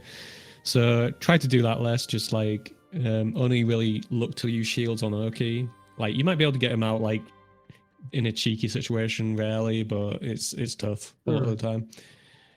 Beyond that, I don't know, maybe like BC more. I don't know, it's the general rule of thumb with these, just like use Brave Counter a lot more. Vilk, what can we say? I liked how like towards the end of the game they played a lot more like restrained with the opponent in the corner and just hanging out at a distance where Vayne couldn't really do a whole lot, and I really like that. And just like try and play like less aggressive style sometimes a bit more. It worked out really well. It does. I think you should continue. It does make more. It does make more sense, especially given the health advantage. Like nothing that Vayne could have done in that scenario could have reverted the odds in terms of the health amount. So Vilkis was able to stay there at distance with Lucilius, trying to wait for for Vayne to come in to capitalize on port approach. Yeah. Like the spacing they were at is like sort of just outside of like 6XL range where they can't really react to it, and so that's a tough spot to be in. Generally in that spot, what Susie could do would be like generally just creep themselves forward, try and take some space back as they're trying to maintain a distance. But Susie wasn't doing that, and so he's just allowed like Lucilius just to send out projectiles, occasionally 6XL in, catch any sort of like big broad attempts to try and get an attack off, that kind of thing.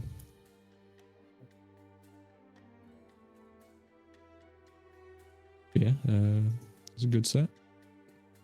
Yep, that would be our halfway point. So we'll be taking a 5-minute break shortly, but just before we do, let me spread the word of the events happening here in EU.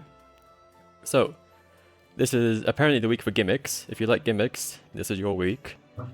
Tomorrow, well, this is not a gimmick. This is just a regular bracket. Tomorrow we've got Duncan Yips, regular double elimination bracket. That's That's happening tomorrow, so if you're hungry for more Grand Blue very soon, then feel free to sign up. But after that, on the Saturday, we've got Contraband. This is a team format event, 3v3 team event. And the gimmick here is that you get to choose a character to force your opponents to pick. So, I don't know, if you think these guys hate Fairy, I'm gonna make them play Fairy. Joke's on you. And that's the format here. So if you find 2 of your friends and join in, I'll be participating. There should be a bunch of people participating. If you haven't got friends, like a loser, no, I'm just kidding. On the spreadsheet, there is a like looking for group section on the spreadsheet, so you can put your name down there and find other people who are also looking for a group. But yeah, that should be a bunch of fun. Turn up for that one. After that, we have 2 events on the Sunday. The biggest gimmick of all is base Grand Blue. I don't know how many beginners are even own base Grand Blue or interested in the game, but if you're interested in at least seeing what the game looked like before we had 6XL and Brave Counter and whatever else Fukuhara's vision brought upon us, well, this is a way of you get to see what the game was like. Instead we have Sick Overdrive and Sick FM Rush. You can learn what those memes actually mean now, maybe. If you've heard those before. That will be hosted by Chaley. Well, Chaley's the TO, Destiny is the streamer. Like, it's hosted on the Sunday. There's a thread in Hearts Are Blazing. If you're interested in buying the game, you can also just hop in for a bit of fun. And then we have a Marbles event. It's a standard double elimination, but instead of playing Grand Blue, you just play Marbles. It's an event anyone can win, even you, Dudikoff, can win this event.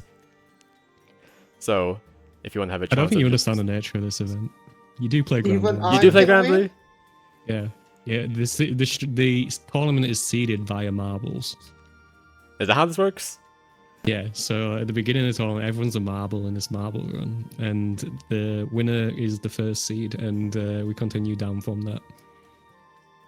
That was not the impression I got at all from the way it was maybe described. you should read the thread and understand what's going on with the marble game. The thread says that the only difference this time around is every single round is being done by marbles on stream. Yes. So So seeded by marbles each round. Ah, that's less fun. Well, sure. It's not a Grand Blue fucking event if there's no Grand Blue, bro. I thought that was the gonna well, why is the Grand Blue on it? It's just marbles at that point. That's why it's called Grand Blue Marbles. Grand Blue Marbles. What do you mean it's Grand Blue, bro? What the fuck? Oh, we're gonna do a Grand Blue Rising GeoGuessr tournament. It's got nothing to do with Grand Blue. No, what also confused me is someone also said, "Oh, this is basically Have you just." seen these before? What? Have you seen these before? Seen what? These marble things. What do you mean? I know of marbles. Yeah, but these events. No. Okay. What confused me is that someone in the chat somewhere said that this is basically just a giveaway with extra steps. So they seem to be under the impression that you wouldn't be playing Grand Blue. Okay, well, either way, if you want to not care about your low seeding, you can join this event and you won't get watched by Dudikoff round 1 this time. That's the event. There you go. Might be. I don't know. We'll find out. I might be wrong, actually. Who knows? Now I'm making you tell it. Okay, well, we'll figure that out. And then lastly, on the Monday, we have Hard Edge Weeklies. I'd say these are also suitable for beginners. There are a set of 1st to 5 exhibitions, 10 of them. Oh, shit. Any of these question marks could be you. You can request analytical commentary, and people talk about your games and so forth. It's just another way of getting some good games in, so I'd recommend signing up for these. Well, don't worry about that for now. But yeah, sign-ups for these open on Tuesdays. I believe on the 5 PM or 6 PM CST? 5 PM. 5 PM. So yeah, feel free. The sign-ups of those do fill up quick, so you got to be there pretty promptly to get a spot. But yeah, that will be our events for this week. We'll just head over to our break now, assuming you two have nothing more to add.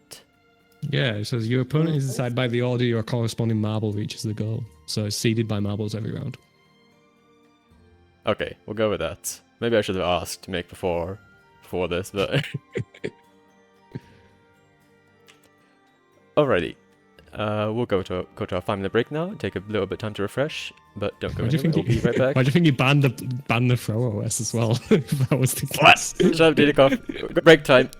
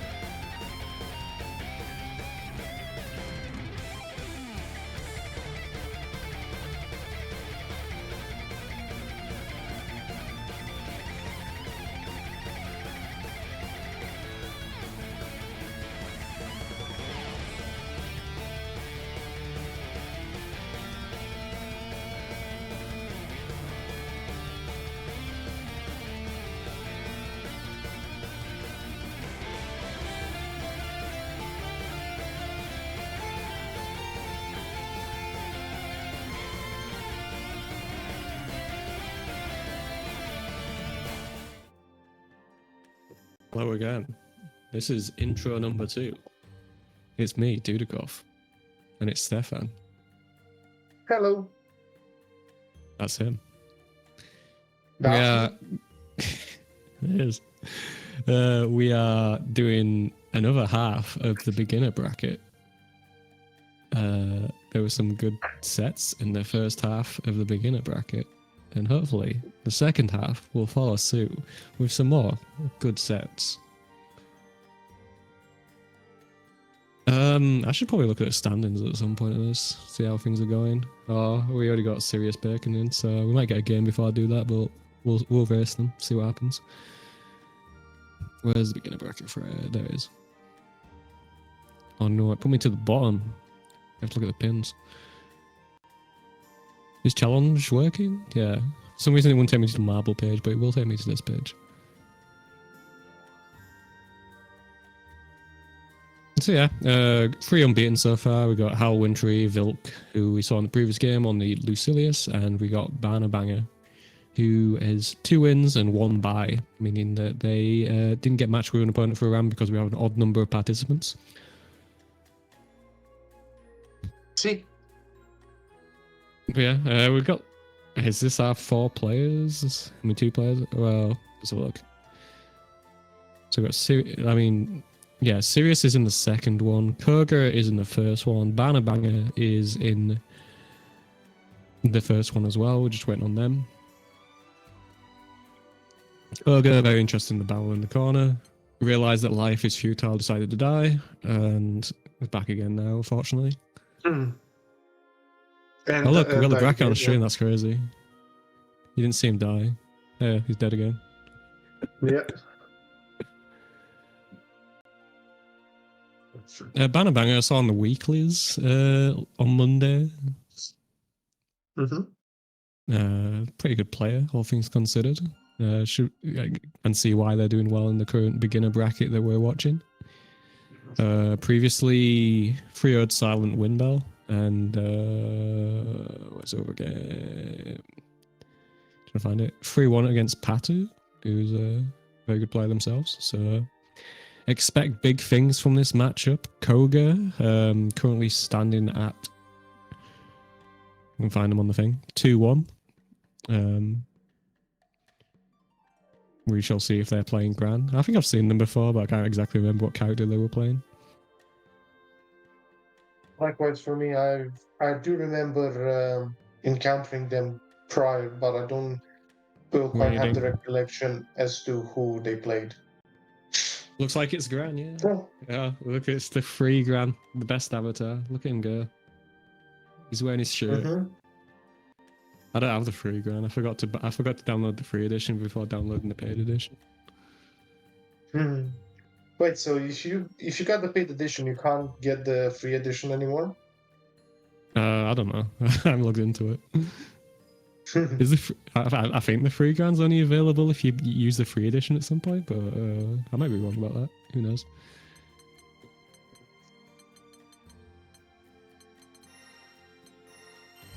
Still waiting on Banner Banger. Might be doing the other set first, maybe. Who knows? I look, it's free edition Grand in lobster form.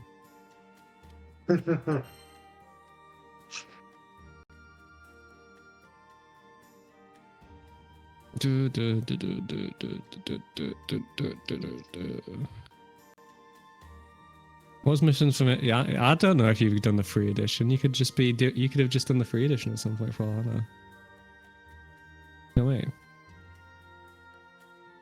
I don't believe you. Lobomation.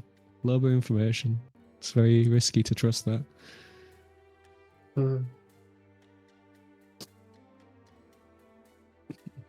I'm guessing this is Banner Banger if they're sitting on the sub. Yeah. Can Lobo confirm?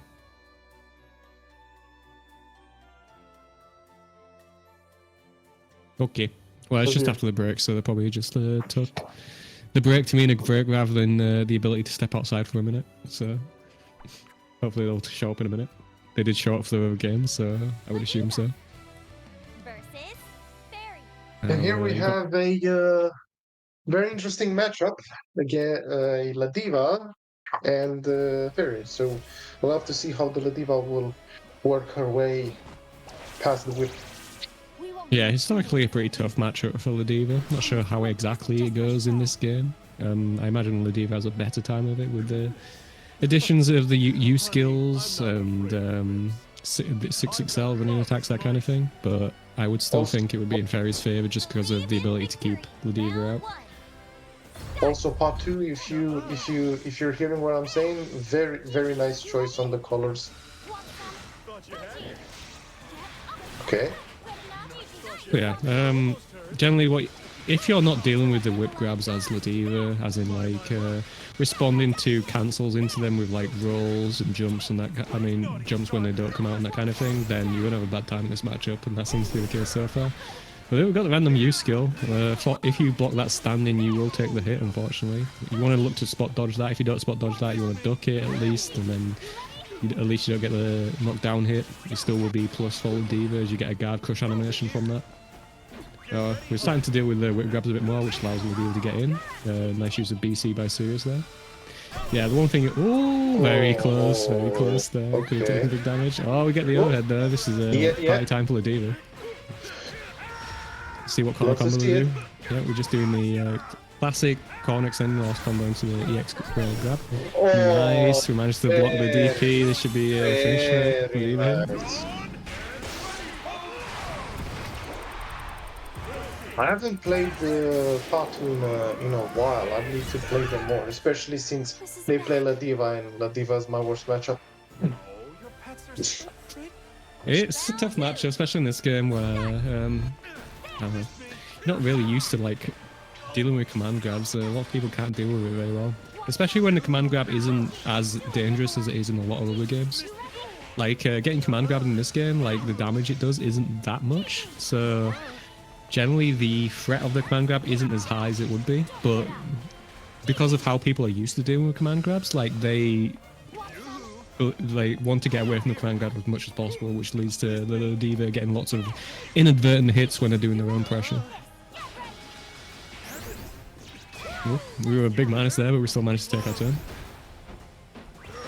Yeah, for the H Lariat, the way you want to deal with that is it doesn't hit low, so if you are blocking low when that H Lariat comes out, it will whiff entirely and you can take your turn back. Ooh, nice little back throw. This is a bad spot for Ladiva at this point. Unfortunate. Probably wanted to do some sort of meaty to prevent Fairy taking a turn there. It's going to lead to the round for Sirius. Yep. Round 3. Start.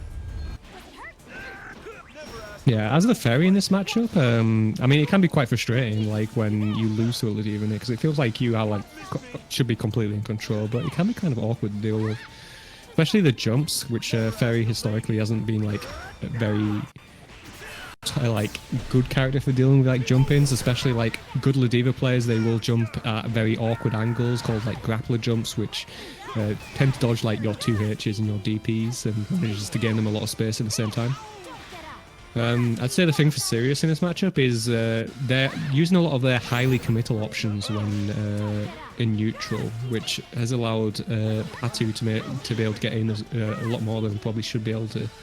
So what I'd like to see is like more like 2Ms, 5Ms, less like heavies, less whip grabs as well, and some far lights when they get closer in as well. I'll do like sending the GG out in neutral a lot of the time. That will control the airspace, preventing the Ladiva from jumping as much. But you do risk getting like lariated when using it as well. There should be a block there. Should be a punish. Oh, we just got a Raging Strike. Interesting. I don't know why we did that, but we lost our turn again, unfortunately. Now it's Ladiva time. Yep. You just as soon as you block anything from Ladiva, BCing is a good idea. Should generally be your layer 1 in this matchup, is to, if they get in, just knock them away as soon as possible with the BC. Yeah, Patu here, when they have done the GG a lot of the time, so I would be doing is looking for, we're running out of time, so we need to get in. Oh, we managed to get a hit. Oh, 3 seconds left, let's go. Yeah, so they've sent out the GG a lot of the times. Ladiva on reaction to the GG can do the U lariat, which is the full screen big clothesline she does in response to that, and that's what I'd be looking to do if I was Patu in this set. But we're at round start now, so we're just going to play normal Ladiva stuff, trying to like work our way in slowly. Take some like small hits here and there. It's not a big deal for Ladiva. She has a lot of health. Nice little grappler jump there. Didn't really get a lot out of it though. Oh, we're going to start being aggressive with Fairy. That's not a bad idea. Ladiva's defense isn't good. U reversal is probably one of the worst U reversals in this game. I mean, it's got some positive points to it, but generally you'd want a more typical one. Yeah, BC's not going to work at that distance, so unless the BC point and still taking the full combo, that's very bad. Oh, nice response to the U lariat. Probably didn't really mean it. Oh, we threw the 5U. Very funny.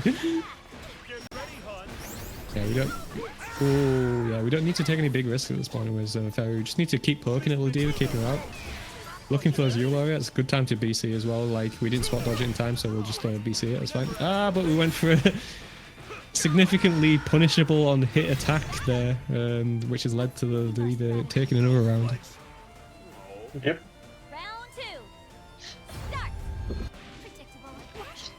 So yeah, this sort of range here, probably, well, not that sort of range, but this one here, like far light, can be very useful. It's a low committal option that kind of keeps the Ladiva in place. And if you see them jump, you should be able to like DP in response to that. Patu, I would say, like, is doing some kind of highly committal options in neutral rather than slowly making their way in, which probably leads them taking more damage than they should be taking. Nice little whip grab there.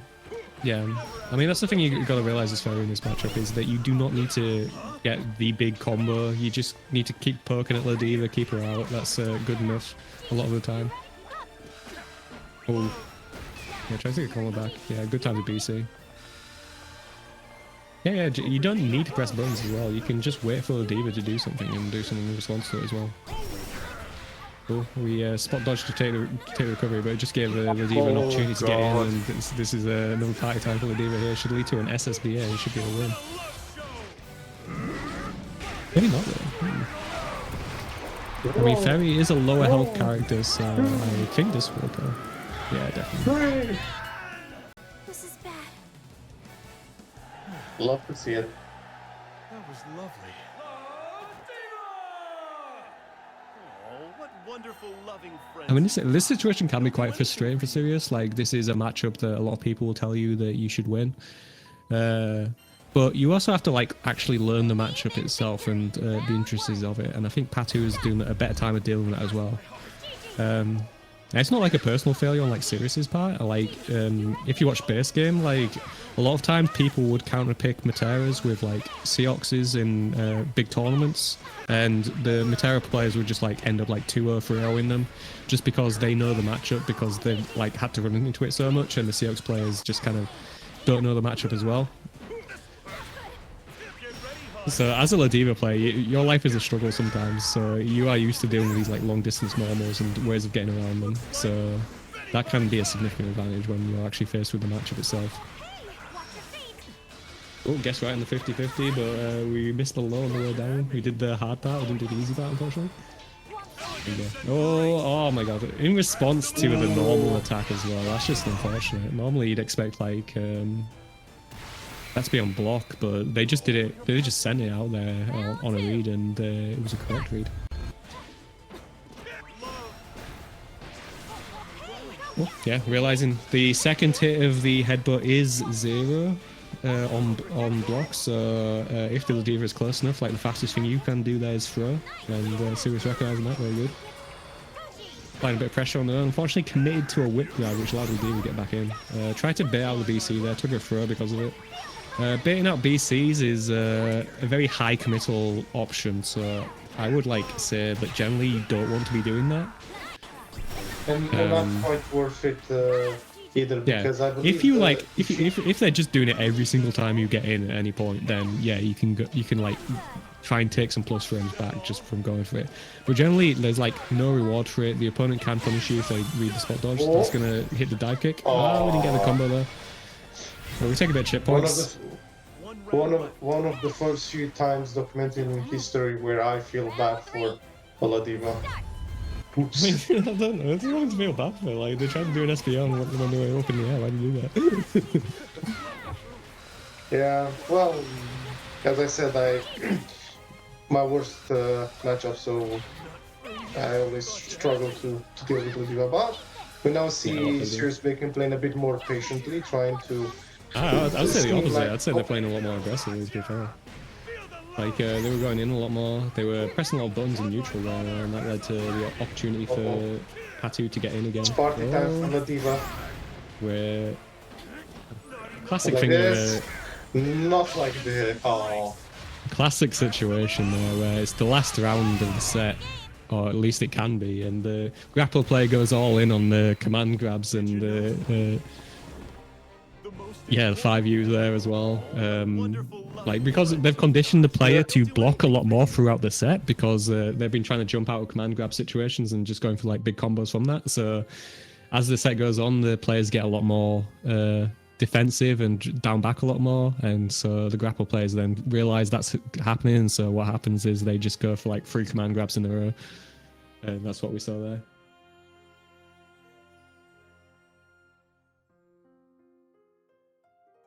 But yeah, I say the big thing for Sirius there is using less committal options in the neutral, looking to react to what Ladiva's doing rather than trying to proactively keep it out, because a lot of the times there, Sirius would be throwing out a lot of buttons, and Patu would just wait until they're minus enough to be able to do a lot laureate to get in, and they were picking those spots very well there as well.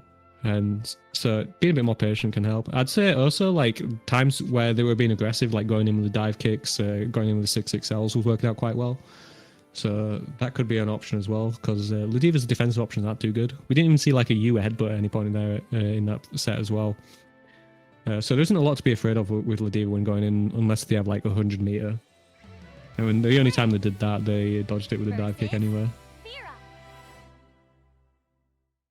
Patu, generally a very good match. I mean, like 3-0, it becomes harder to find like improvements they could do.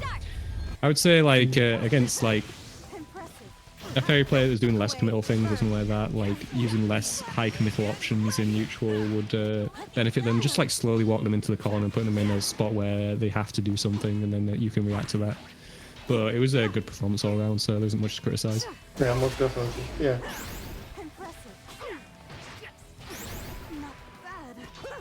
Oh, we see nice, Shimi, nice. Yeah.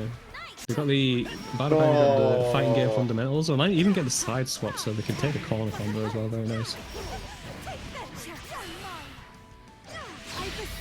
Yep, full conversion here. We didn't get the ender, but it's not a big deal. We're still close. And tough spot for Koga at this point. Taking a lot of risks. You can see Bada Banger towards the end of the set there, they were going for grabs a lot more. Obviously, like, raging strikes can't be can't be countered with. Let me restart that again. Throws can't be countered with raging strikes or brave counters. So at the end of sets, when players are a lot more likely to go for those brave counters, going for more throws is a generally good option. There's a layer 1.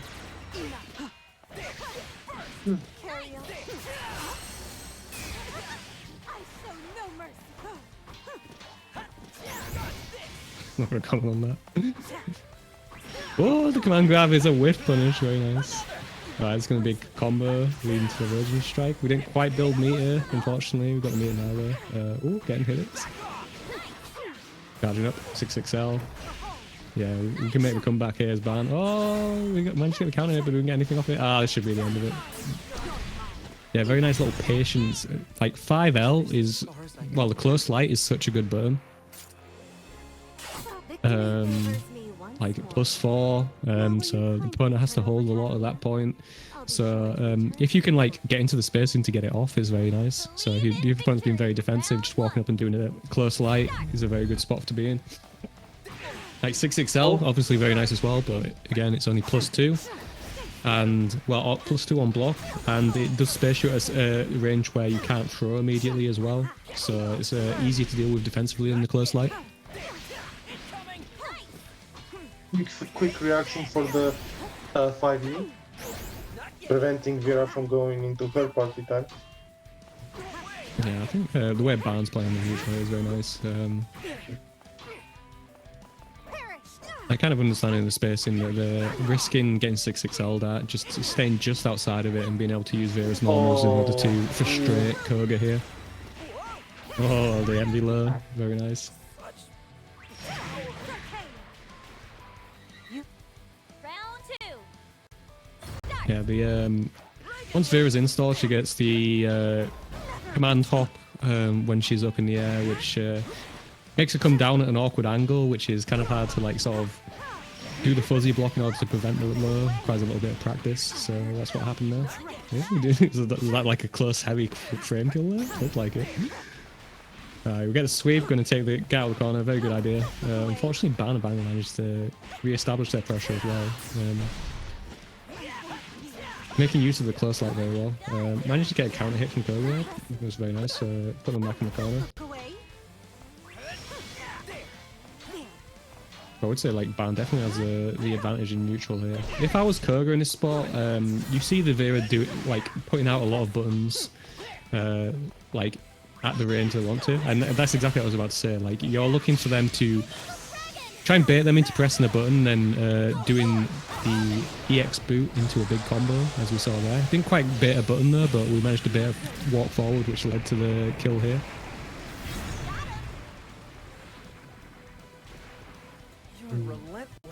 Yeah, there's an adaptation that Koga, I think Nade at this point can see that Ban is wanting to stick out a lot of buttons in neutral, so you wanted to try and catch them with the Grand Boot, which is one of Grand's like best traits. Oh, tried to go for the Raging Strike, unfortunately. Didn't really get a lot out of it. Signature move. Nice response to the whiff throw, gonna lead to a nice little corner carry. I mean, a lot of corner carry and a decent chunk of bad damage. Nice walk at throw for the 6XL, always an option. Yeah, Koga's been a bit more aggro on defense as well, so I imagine Ban's gonna just try and like bait him a bit more, trying to lead him on a bit. Yep, it's another point where like, again, like Koga died with 2 BP, was taking risks with the 2U as opposed to using the Rage and the Brave counters in order to take his turn back, which I would like to see a lot more of.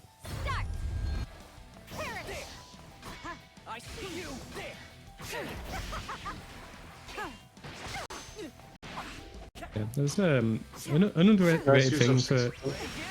Yeah, underrated thing is this like close light stagger pressure that you see from Ban here. I find it not so good, but... And there were Meaty Rage and Strike, that's fun. And the boot as well, yeah, see the Ban was being aggressive and this is going to lead to huge damage. Look at that health bar just get erased there. Whoa. Chunky. Because of that Raging Strike that Koga did. Yeah, what was I saying? Yeah, the close light pressure, like, the threat of a throw from a close light as opposed to a 6XL is so much more. So, if you manage to get yourself into a range to do a close light, it's generally a good idea to do, as I said earlier. Nice shimmy from Banger. Yeah, really tough spot for Koga here.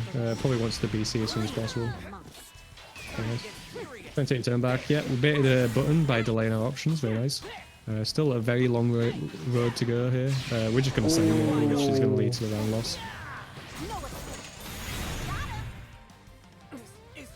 Yeah, I mean, if you're going to go for a throw bit, if you're going to go for that sort of thing, I'd imagine like a boot into the super would be better than the 5U into the super, considering how spaced you are. But again, Ban is like not being like super aggro with his attempts on like taking his turn back immediately, so that option probably wasn't going to work out either way. Oh, that's punishable. We'll punish this instead and get a bigger corner combo because of it. That's so nice. We're going to go into super here, get a BP back. Yeah, if you're low on BP, going into super is generally a good idea as well. Oh, we need a little fake jump in to get a throw off. Get another throw off again. Oh, go for the third one. Oh no! We tried to walk forward and fireball again. Yeah. No. Could be a kill here. Yeah. Unfortunate way for it to end. Yeah, to ban a banger. Generally, the biggest difference there was just Van's pressure was a lot more like varied. Was using the close light a lot more in order to establish strike first situations, which is very strong in this game.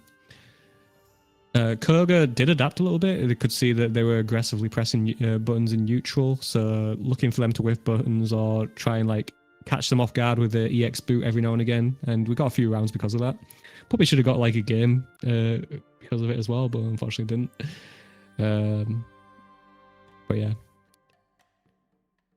Diffed in neutral. There is still a bit of neutral in this game. Despite what others may have you believe. Mm-hmm. I mean, yeah, there's the pressure sequences as well there.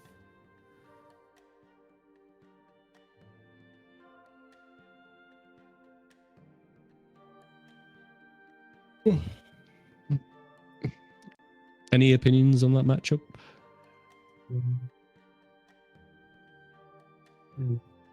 I quite like Banger's Kimia. They seem to have worked out more often than not. So it's always good to see strategies like this being adapted and implemented well. Other than that, I'd say it was quite a strong performance from both players. Although I feel like maybe the last DP from Koga must have been a mistake.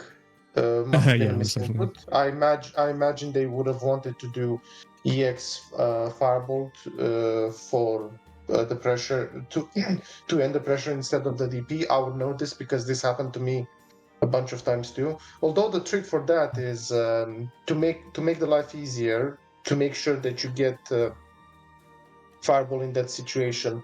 Don't try to do 236H. After that, try to do 4-1-2-3-6. So half circle because of how the the buffer input works.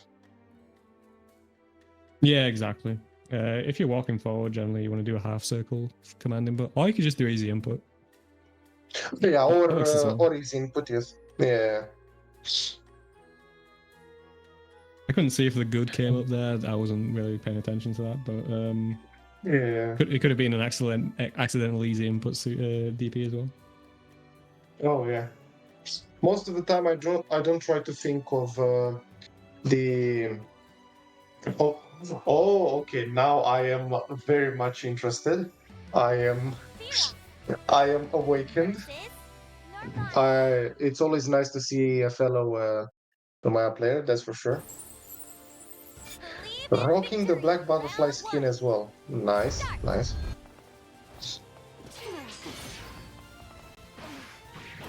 Yeah, two players we haven't seen before. We've got Haz in the Welsh Dark. Namaya versus Viri. Mm-hmm. We'll see the Anyway.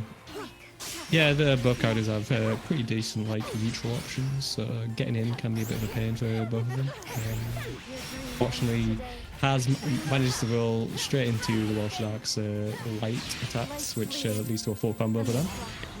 Yeah. BPs.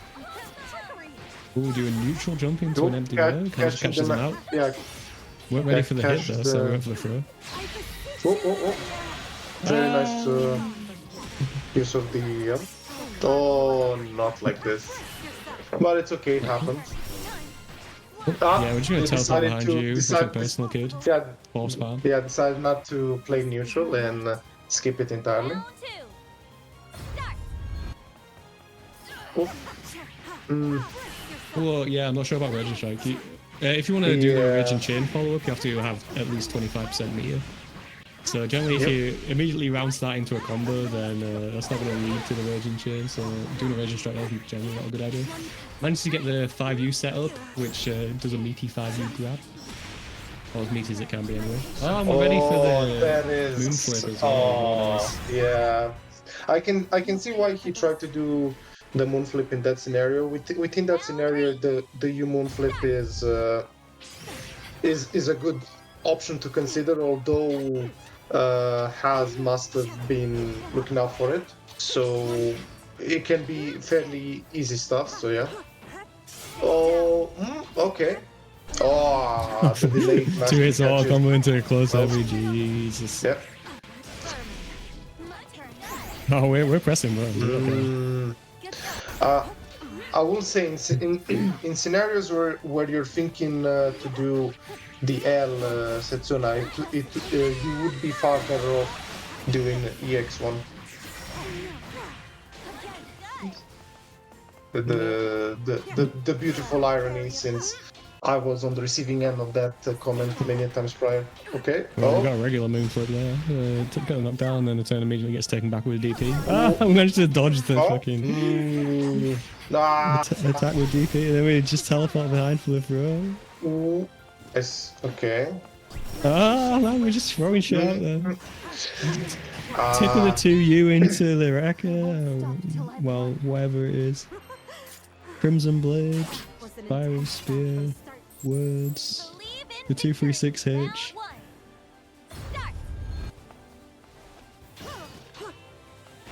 Oh, I tried to go for a cheeky reset on the close medium there, but Welsh was very much aware of it.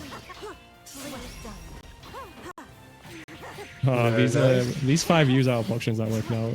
Welsh is pressing too many buttons, so that's probably wants to exercise those from their gameplay so far. Oh, that's punishable. Ah, we're gonna get sweep though. Oh, stagger didn't cancel the sweep into the slashes. We pressed on the minus range, but we managed to take a turn back. We pressed on the light button block. Nice. We finally see that punished. Very nice. Hazard on shit point at this point, so it'd be very tough for them to come back.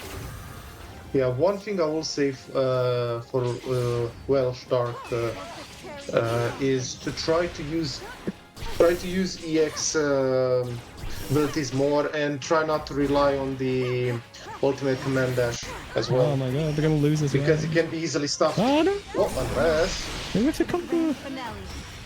Oh my god. Oh, so unfortunate. It was almost a great Yep. Oh yeah, most definitely. Round 2. Start. Very nice. Anti. Yeah. Get back here. Never reach. Get back here. Yeah, we're pressing a lot when we're minus. Feel my blade. Leading to big counter hit conversions, unfortunately. It's probably going to lead to the Welsh taking a round. Life's fleeting. A new flash. Yep. One more good hit and we should be good to go here. Has got everything to do. Managed to take the corner though. That's a good start. Now we're gonna get a full corner combo as well. Oh no! We messed it over. We still got a. Yeah, whatever. I'm trying to say words. Oh, we didn't get the wall bounce. And the DP. Oh my god, the comeback. It's back on. Oh, we don't get a combo again. Oh, it's so emotional. We DP back at them. Oh, again. Yeah. We almost make the comeback. We make the little mistake right at the end. Unfortunately. My guess is that when Welsh Dark did the jumping JL, they must have tried to buffer a 6XL instead. Yeah, that makes sense. Okay. Nice 6XL, then we do a full corner conversion. Keeping it classy. Good. Yeah, we're still pressing a lot on defense as well. We could be looking just to BC them back into the corner at that point, rather than trying to take risks on matches.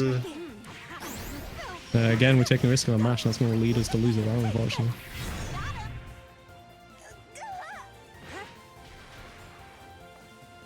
Round 2. Start. Ooh. Yeah, Haz has been very aggressive in terms of trying to get in and pressing buttons when they can. Welsh Dark didn't manage to cancel into the slashes in time, which no, we could be a bit more patient there. Could have got a bigger combo. Just wait for them to come back down and then do the punish. Oh, again, we're pressing on minus range, but it's working out. Ah, we didn't set up the 5U cells correctly, and we whiffed the 5U, allowing the Welsh to take the turn back. Yeah, nice little BC here, and then, like, you see the power of the BC again. They managed to get to the corner. Unfortunately, it didn't convert in the corner. Oh, we skipped past the Raging Strike.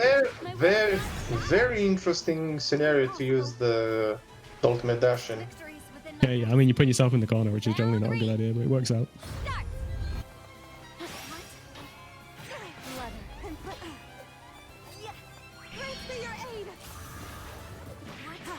start. Go for the Raging Strike. I guess we want to take the corner combo to put them right in the corner, which is fair enough. Yeah, recognize movements. Oh, and the team here's all coming too close. Every works out again. Oh, it's so sad. Oh, we both press U skills at the same time. The winner is the first one. And again, the same scenario. Oh my god, it's so sad. Yeah. Like, The Namaya dash. can take their turn there, but they're just pressing too late after the auto combos. Yeah. Believe in victory. Seems that the delay mash seems to be working quite well for Haz here. It wasn't a delay mash, it was just an immediate mash.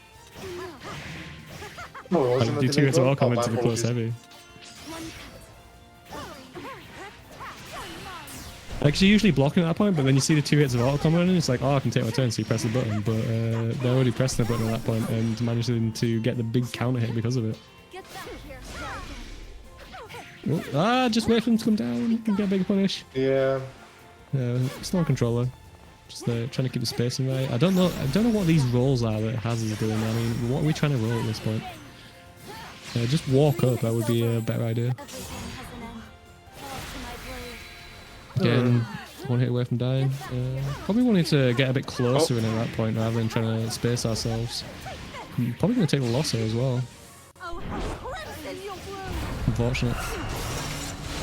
But yeah, like when you're spacing yourself just Yeah. a bit away from them on Oki, like there isn't any threat of a throw at that point, so they can pretty comfortably just block at that point. Whereas if you're up in their face, then you're forcing them to make a decision on the throw or whether to do like a mash or a reversal or something like that, which can be a stronger position to be in, especially with the huge life lead as well. Mm. Let the wind carry you. Okay, yeah, I want them to be in the face there and doing like this sort of thing. It's very nice. We managed to get out of the corner, but we're going to lose around anyway. Oh, we should do. Yeah, good, nice. Bit worried there with the full auto combo in between 2 Raging Strikes, but we got there in the end, it's fine. Round 3. Start. Get back here. Recognise we can take the turn back after the auto combo, very nice. Oh, how the DP whiff there? Where's the hurt box? Oh, put ourselves in the corner where we get the hit. Let the wind We're going to try and take him to the other corner, I guess. 2 hits of the miss finally. 6-6 hour didn't quite get the conversion there, unfortunately. feel yourself. Oh, Yeah, we're just doing like itty-bitty hits there. Rockstar Oh, could have done a 2H instead. But it's okay because with that he is taking this game. And now Yeah. it's a final game situation. Believe in victory. yep, a little back and forth action. Start. Uh-huh.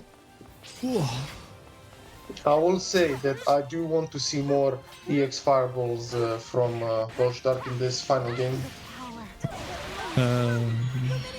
I guess on Oki, yeah, it's fine. I don't really like doing a neutral, especially against Namaya when she can just teleport across the screen very easily with the U skills. But yeah, the H Loomies, very good like sort of Oki tool. I mean, as we see there, just kind of like did everything for her. Just to like get as much plus turns as possible and like create awkward situations where you can dodge BCs or you can apply like lows or do a big jump in attack or something along those lines. Oh, we both go for it at the beginning. The 6-6M ends up winning.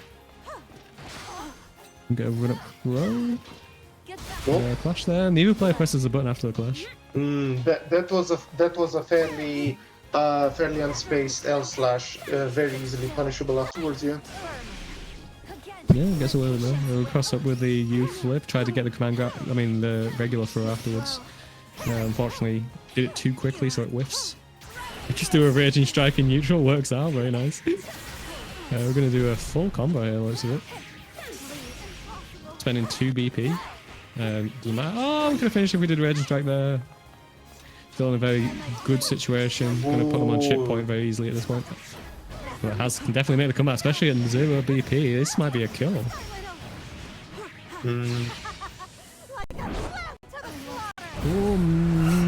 The borderline, we'll see.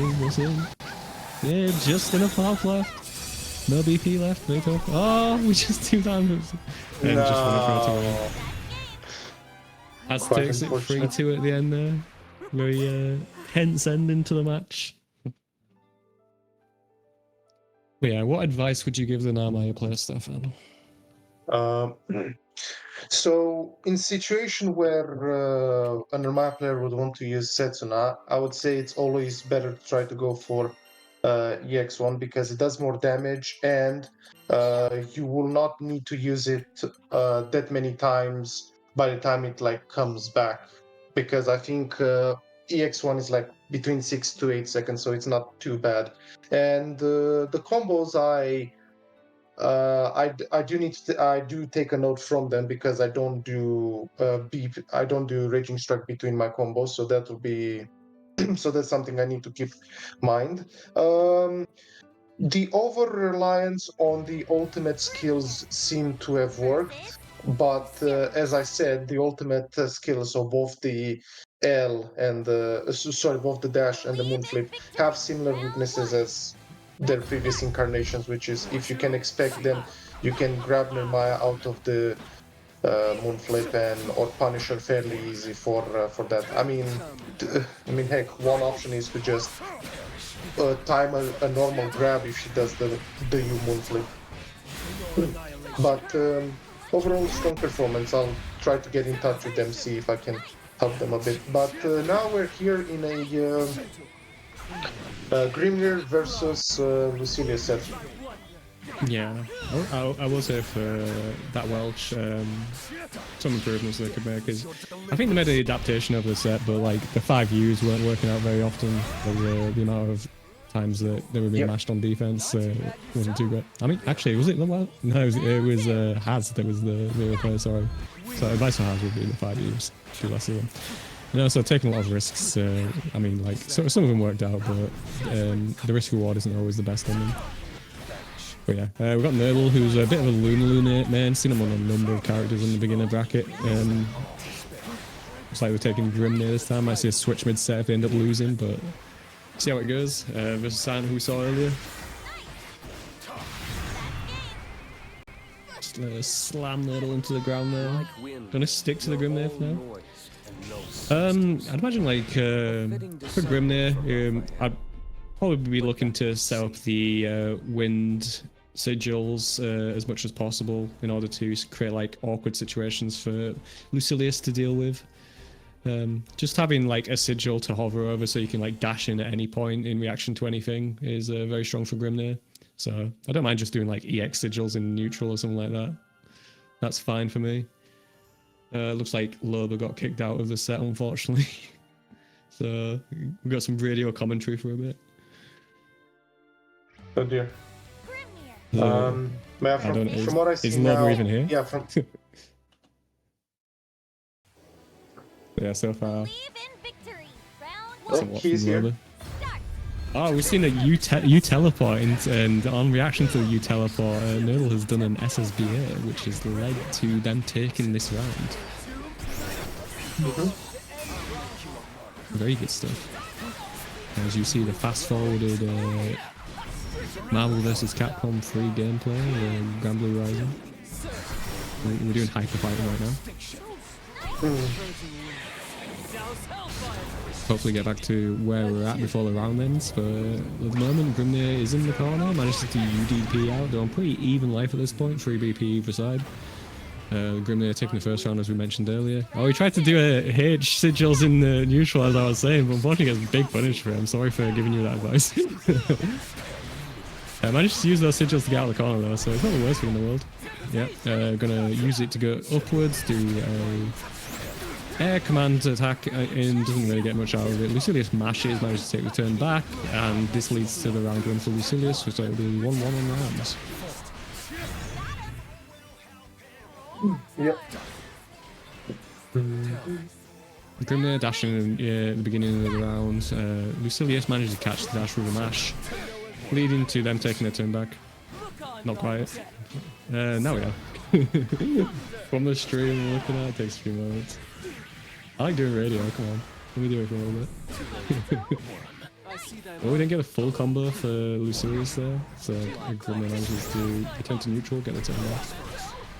Nice UDP. When they're very close, UDPs do tend to work out. Oh, on reaction to the fireball, okay, managing to SPA, very nice. Not too much damage there, still a lot to do for the Grimnir to take this round back. The buffs still have 3 DP. I think Silent recognizing the fact that they probably want to be using that BP at some point and decide to go for throws instead of strikes in on Oki. Leads them to take the win there.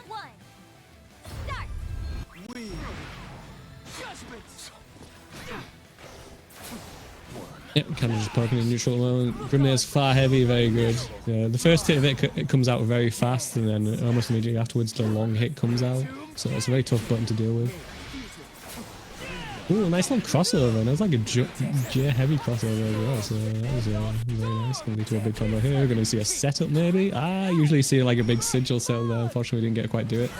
And we get launched. We set to the home crowd into the stands. We use a raging strike to take the corner instead of doing a big combo.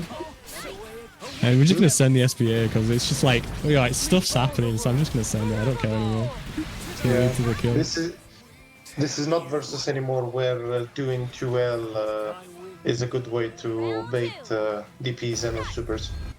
I think it is a good way to do bait DPs, definitely. Oh, if they're mashing super as well, I'll catch that as well. But you still, 2Ls are still chainable. The only issue is that they're minus on block as opposed to plus as the way in base game. So it's still a decent option if your opponent is DP in a lot of the time. So you or trying to DP out block strings. Okay, so you say it would be good to do like 1 2L to check for any mashing attempts? I'd say like chaining 2Ls into it, and like sometimes you'll catch someone trying to mash DP in between those two, and that's a pretty good thing to do. But yeah, a very dangerous mash earlier there whilst the sigils were out from Silent, but works out for them this time. The Grimnir could have like activated the second sigil in order to frame trap them and like do a big combo after that. Didn't opt to go for it, but and Silent takes around on that big risky play. Does immediate teleport around start, catches the Grimnir pressing, gonna put them in the corner, gonna take them out of the corner for some reason. We're gonna try and go back into the corner again by jumping over the top. He did sort of okay job of doing that, and managed to get the Grimnir in the corner. So use skill's got guaranteed damage, so using them at the end of combos is a nice little combo ender a lot of time. You also get a hard knockdown for Oki as well. And again, with on reaction to the fireball Oki's, that stuff is not safe, so we managed to get an SP off. And managed to throw in between the mashes, very lucky, but didn't get away with it. So 3 out of Silent. Definitely. Yeah. I think a lot of like it was just a case of Nerdle, like they're doing a lot of good stuff, but it just wasn't clean stuff. So a lot of times when they were trying to do like stuff on their pressure or on Oki, they were getting caught by like back throws, whereas if they were like meeting properly or with the correct timing, then they would have managed to catch Silent out and gotten like a big combo from that.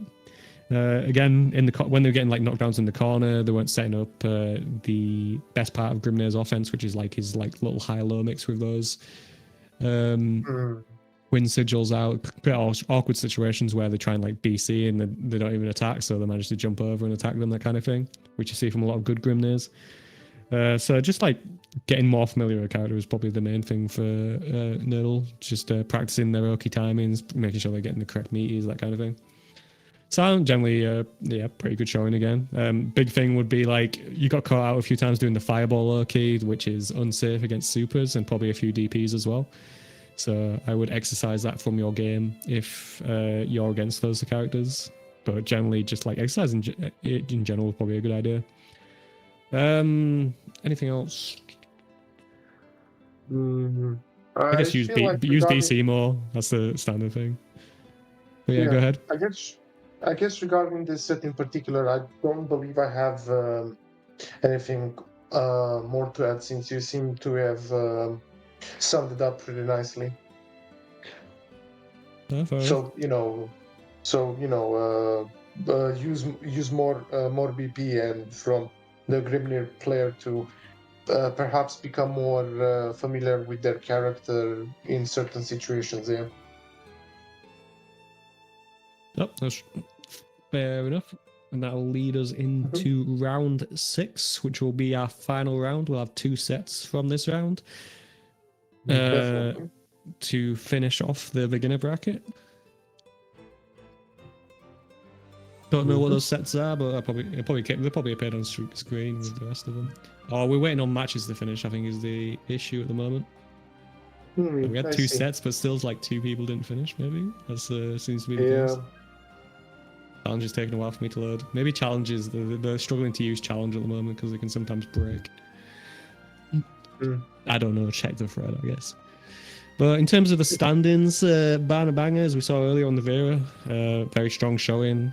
Were very like good pressure sequences that we were seeing there. So they're on top, they're undefeated currently. And there's a bunch of people at 4-1. We've got Patu, Jovinus.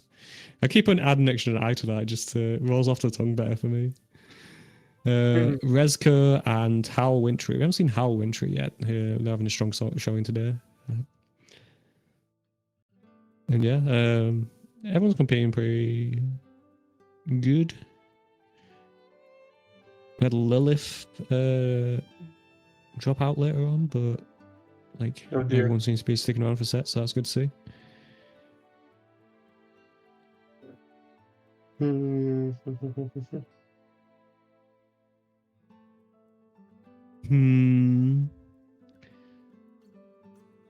What's the topic of conversation? Are you coming out to any tournaments in the EU, any offline events? As I said, I would like to, but in my case, it's mainly regarding about the money expenses. Because if I do have any like money to afford traveling to other countries, such as best of the best in Italy, I would definitely go, especially Italy, since I have some familiarity with the country and the language. But it's all about the money. But if there is a local or a offline tournament in UK, I do usually try to make my way there. Yeah, the biggest event of the EU calendar will be Versus Fighting in Birmingham towards the end of summer. Yeah, well, I'll see if I can try to make my way there. Although primarily I may try to spend this summer to go both to go into my to Romania to fix an issue with my tooth because unfortunately it broke. I need to either fix it or just take it out. And after that, I do plan, if all things go well and stars align, to travel to Frankfurt, Germany, to visit Watori, to see the place, spend some time with him, and get some offline sheep shenanigan. But given that this is my last year of university, I'm in from my final year of university. If all goes well and I finish, afterwards it will only be about if I have the money necessary to travel. But I do plan at least for the lifetime of Rising to travel more, to compete more in online tournaments and offline as well. Commentate a bit more since it's quite the interesting experience, and I get to interact with folks who I don't really interact as much prior, such as yourself. You seem like a cool chap, and also because I do have some goals of my own that I want to achieve during the lifespan of Versus. Of Rising, primarily eventually reaching Master, which is a very tough hurdle to overcome. Currently, it's sitting at S+5 on Crystal, so a set will kick me out of here, but I just need to learn how to deal with the ranked pressure. And also to take a game of a certain Vaseraga, who I'm still trying to do since the early days of Versus. Yeah, That being said, is a tough character. yeah. Yeah, that being said, when I played this particular Vasaraga for the first time in Rising, we had like 4 games, and I managed to get the closest to winning, like a last round situation in our 4th game. Whereas in Versus, it would take around 20 to 25 games before a scenario like this would happen, with 3 occasions being very close to winning. No, good to see improvement. Yep. So yeah, just to keep you up to date on what's happening with the bracket, we had one set which had connection issues. Like I think it was Nemeria was having some internet problems, unfortunately, so may have to drop out of the final rounds as well, which is sad to see. But you know, we've seen them on stream previously, and you know, got some good sets in. The primary aim of these beginner brackets is mainly just to play a bunch of games against people of a similar skill level. Get to know those people, and just I don't know, maybe get 1 or 2 tips on a stream set occasionally. You might be able to pull a gem out of the babbling that I've been doing the entire time, which hopefully is the case. And in terms of the other set, sorry, go ahead. I was gonna say, you've been, I'd say you've been doing quite a better job at advising our players on stream far better. Well, obviously, you know, we have one of our top players here in commentary with us, whereas Yeah, Lobster. Zip it. But yeah, like, whereas in my case, I try to be a bit more like reactionary, try to like take into what's been said, what's happening before I can reply. With you know the odd Nirmaya said that kind of just fired up my neurons. I'm like, okay, I'm awake now. Yeah. Yeah. And the last set was Sirius versus Mao Karasu. They went 3-2. I don't know if there was some sort of issue that prevented them from starting earlier or something like that, but they're finished now. So round 6 sets have been decided. Not sure who's going to play on stream. We've got 10 sets to choose from. So we'll see what Loba picks. He's we've set with 2 people we haven't seen yet in Airsort as opposed to Airsoft, and Azrion, who we saw previously, and a pretty important set for the standings, I think, with Howell Wintry, who we haven't seen on stream yet, and Captain Susie. Okay.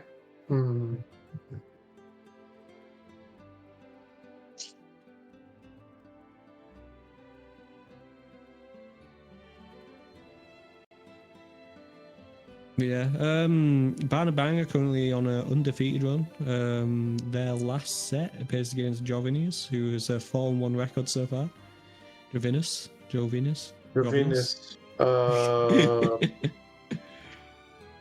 So that should be interesting. So if a Ban wins that, they will take the beginner bracket. If they don't, then it will come down to various points conversions, and we'll see what happens there. So yeah, but our first set for this final round will be Azrion on the Uno. We've seen a few Unos in previous beginner brackets. This one has been a bit more sparse. Against Airsort on the Yule, with the Yule avatar, with the pleasant demeanor as well. We see a lot more. I mean, personally, I've seen a lot more Unos in Rising so far than I ever did in Versus. I believe in Versus I've seen Uno and Beelzebub once and twice respectively. Yeah, you need to run into certain people for Beelzebub and that kind of thing. So yeah, I've seen a few Unos. Is generally appeals to a slower pace style, like people looking for a slower pace style of gameplay.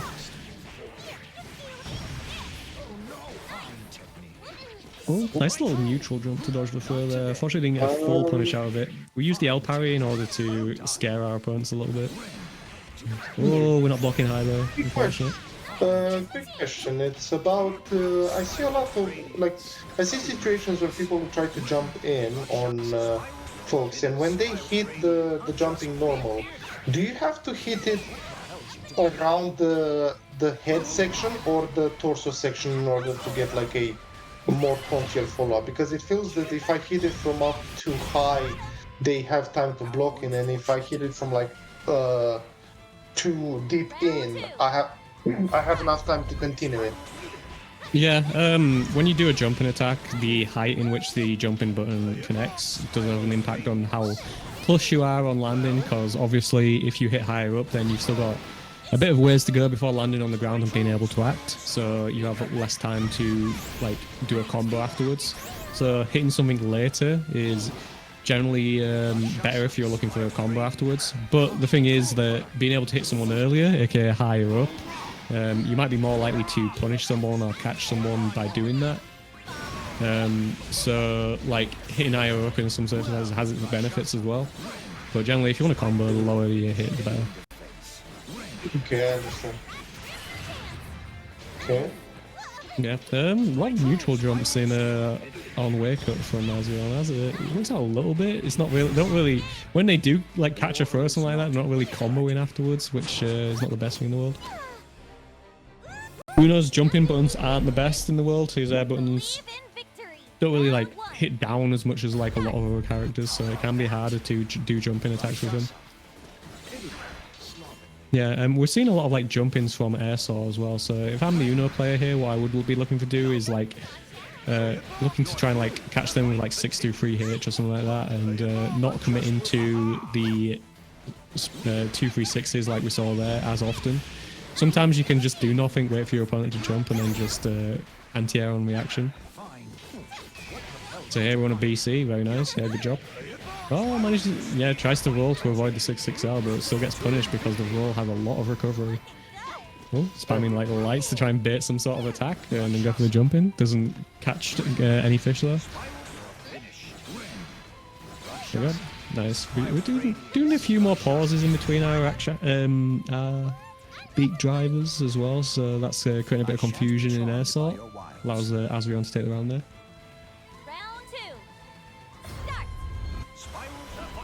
Oh, tried to catch them out. The heavy follow-up where he's riding his spear is a low, so it can catch people out in neutral a lot of the time. It's also pretty quick as well, so if they're moving forward, they can get caught out by that. Doesn't do a ton of damage on hit though, but it can be an okay check in neutral if they're being very aggressive. Oh, the minus there. The run up DP works out though. Very nice. And again, the jump, I'm not a fan of these big drivers in this like short space and where you can jump in on them. They probably want to do those less. Like, it's fine when she's further out and can't jump in from a single jump and do like a full combo, but when they're close enough to jump in, you probably want to be looking for other options rather than doing the beat driver 2-3-6 attack. Mm-hmm. So here, for instance, we probably want to be using our normals a bit more as opposed to beat driver. Walk up DP again works out. Oh, Jesus, it's a very daring option, yeah. I think it mainly works because of the well, people press a lot of buttons. The sheer ballsy factor, the sheer ballsy factor, because not many players will expect like this kind of option to just run up on DP. Most of the time they'll expect run up into like 2L or something, but DP not as often. Well, I mean, Asrion is pressing a lot of buttons whenever Yule comes in, so that's what's catching them. Although there's better ways of catching those buttons. Say like you do a far medium instead, then you can do a full combo afterwards as opposed to DP. Yep. Yeah, catches Asrion mashing again. Probably wants to look to block a bit more. Doesn't need to like act every single time on defense. Yeah. Also using the brave counter if they want to act. That's generally the safest option. Oh, nice little bit of patience in the set there. Asrion tries to take the 6XL because of that. Yeah, recognizing the far medium as a dangerous button and just trying to like back out of the range of it, and you're also recognizing that and managing to do a 6XM in order to catch him. I don't. Yeah, no, not for the third time there. No. Oh, managed to get the color here. Ah, we don't want to do beat driver. Beat driver, we want to be using it at a longer range. We don't want to be doing it that close. Ah, I got caught by the raging strike as well. Just on the tip as well, so that's quite unfortunate. Using the medium spinny as an anti-air, so kind of works quite well for that. Oh, we can't combo afterwards, unfortunately. I think your best option there would have been like a 6XL. I think you've got enough time to do that. But it is kind of a tight conversion at that point. Oh, so got a chance here. We've got low BP. Ah, we've got to jump in again. Yeah. Nice. Nice. In case not, oh, sorry. I was going to say, in case not many people know, the stance for UL. Funnily enough, something I've learned the hard way recently is that it also blocks super. It also parries supers. Yep. Any sort of like medium attack, unless it's like some sort of guard crush or something like that, I believe. Yeah, because Nirmaya's SSB, it's a multi-hit, and normally I think, oh yeah, she can parry or absorb the attack, but she wouldn't be able to like do this for like all the hits. And no, she doesn't need to. She just knocks me out of, knocks me on my rear after the first hit. Yeah, I think the biggest thing with Azion here is like they're being very active, pressing a lot of options, not the ideal options as well in a lot of situations. Like there, for instance, they probably can just afford to block for a bit, but they decide to take a action to get out of the corner. I mean, it's kind of working out, to be honest. Yeah, again, you're at a distance where the beat driver is a bad idea. We're still in this game though. Oh, managed to catch the jump in with a beat driver there. That's the sort of range where it is good to use the beat driver. Yep. But again, probably just chill out a bit more and look for the Yule to jump, and when they do jump, do like a 63 hitch. Or like just a 6 special hitch if you want to do the easy input. And you can do like an anti-air conversion from that. Oh, got DP. We're still mashing after DP. DP again. This is some Yule gameplay. Yeah, again, we're pressing way too much here. Just blocking on wake up should be like a more standard option, and they'll have a lot more success if they do that. Ooh, like, we're probably punishable there, but gotta worry with it. We're on low BP at this point, so tough spot. Didn't manage to take the turn because of the DP. Ah, what's gonna happen here? Oh, the DP wins. That's so sad. Azrael was he's like, nah, I'm done at this point. I don't care. Truly unfortunate. So but yeah, Yule's rush down is very tough to deal with. It can be very aggravating as well. But again, like taking the time a bit more, probably the best idea.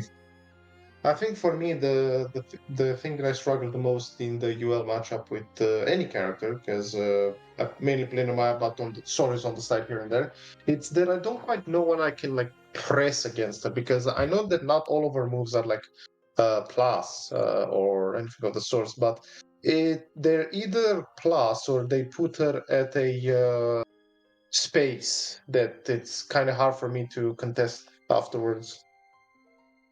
Although that could just be me. No, like spaced minus frames are a thing that can be tough to deal with depending on what they are. A lot of times the answer in those situations is just to take your turn with a 6XL.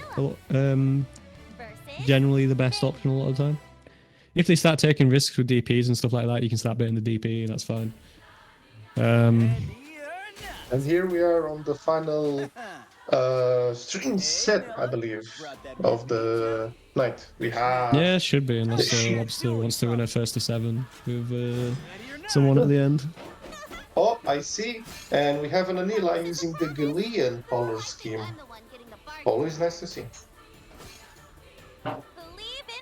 Yeah, first Anila on stream versus Vayne, who we've seen previously. Had a pretty solid showing in that set. I think they just barely lost it 3-2. Very back and forth. Oh, nice anti-air on the sheep hop. Didn't get the follow-up though, unfortunately. Yeah, I believe it was the spacing at which Anila jumped on which Howl jumped on Captain Sussy. Oh, nice spot dodge on the jumping attack there. They managed to get a situation where Vayne would be punishable. You know, nice patience as well. Unfortunately, we misspace our grabs. Cool. Yeah, like Anila's normals can be quite extended, so like on those true throw check situations, she is in a good spot in order to reapply her own pressure. Yeah, pretty even match so far. Get a little bit of chip with that big swipe there. Oh, the shield managing to absorb the U-sheep hit. Very nice. Yeah. We were talking about using the shield in neutral a bit too much last time with Vayne, but it works out there very well. Well, and we see Hal trying to make use of the 6-6H. Understandably so overall, because it's one of the more buffed moves on Anila now, given that now on counter hit it wall bounces. Ooh, nice one. Close there. Ooh. Oh? We got super? Yeah, they've got this time. Yeah. Oh yeah, the shield wasn't quite there yet. You'd expect the shield to absorb that attack, but just out of space for that, unfortunately. Yep. And we still take the round with the little Honda hands at the end there. Yeah. Crazy that during the reveal of Vayne they mentioned that those moves would be safe, but in reality they're all minus. Oh, nice. That kind of interaction always baffles me. I will use the move names I want to use. Oh my god, we dodged the big sandbag. Nice.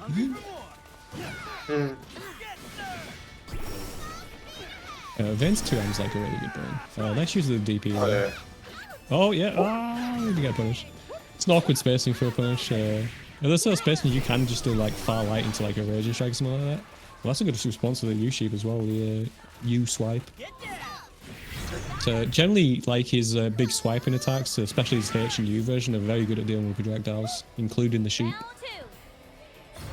Yeah, because they come out fairly fast and because of their range as well, no? The range, the fact that it has like 0 hurt box on like the end of it all, it absorbs a lot of the projectiles as well. And it hits the opponent in a counter hit state a lot of the time as well, so you can just run up and do your pressure right afterwards. And if it's the U version, you get the hard knock down, so you can set up your shields and stuff as well a lot of the time.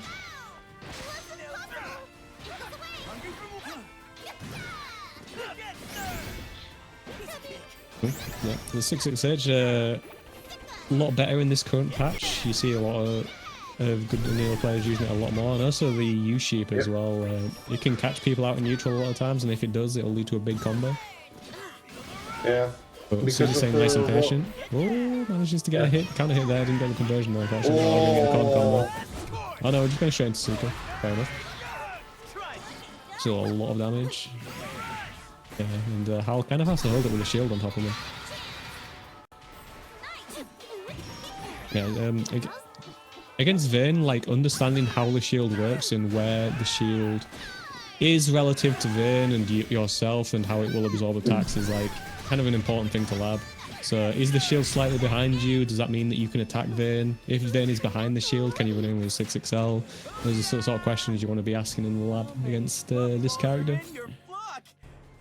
Yep. Yeah, Suzy taking another game there, so it's 2-0. Yep. Oh. I'll take a second to think about this. It's a pretty important game for the standings. Probably trying to think what they can do differently in order to swing the matchup back in their favor. Oh, that's one of those cheeky setups there. Like the shield is going to absorb any attack after the DP, and they're baiting you into doing that, and that's exactly what happened there, unfortunately. Oh. Yeah, there's a big anti-air conversions from Vayne. Owl, a bit flustered by the situations they've been putting in this round. Generally, haven't done a lot wrong, but just got caught out by these like knowledge checks and these kind of things. You know, they're making a comeback now though. Life is becoming a bit more even. Still a lot of BP. Yeah, we don't need to do that. We're too far away. Ah, the U-shape. We could follow it with a 6-6H or probably something there. But we're going for an auto combo overhead. Yeah, dangerous spot for both, please. Ah, this should be the kill. Ah, no, we didn't get the... Usually we do an attack into like the raging strike follow up there. Ah, man, a new DP. Oh, what?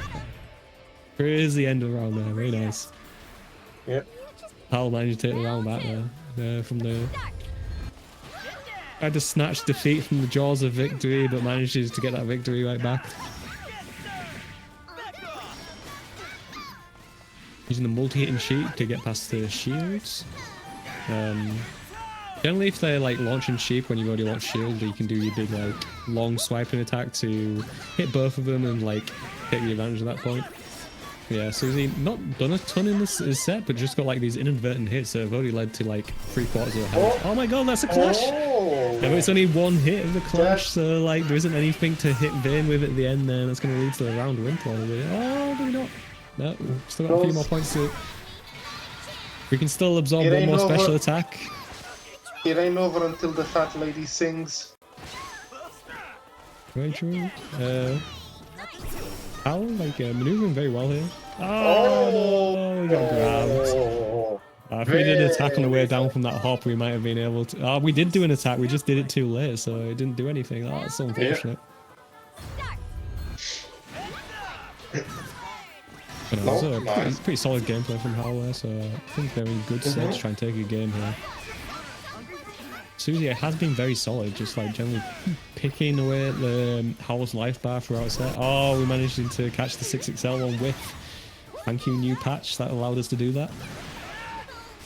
Yep. Again, we're just getting these inadvertent hits as well, which are going to even up the life bar, as well as the chip as well. Chip is a big factor for Vayne, managing to get a lot out.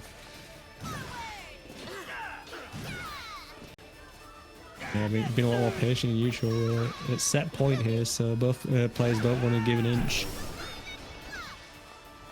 Because they can take a mile.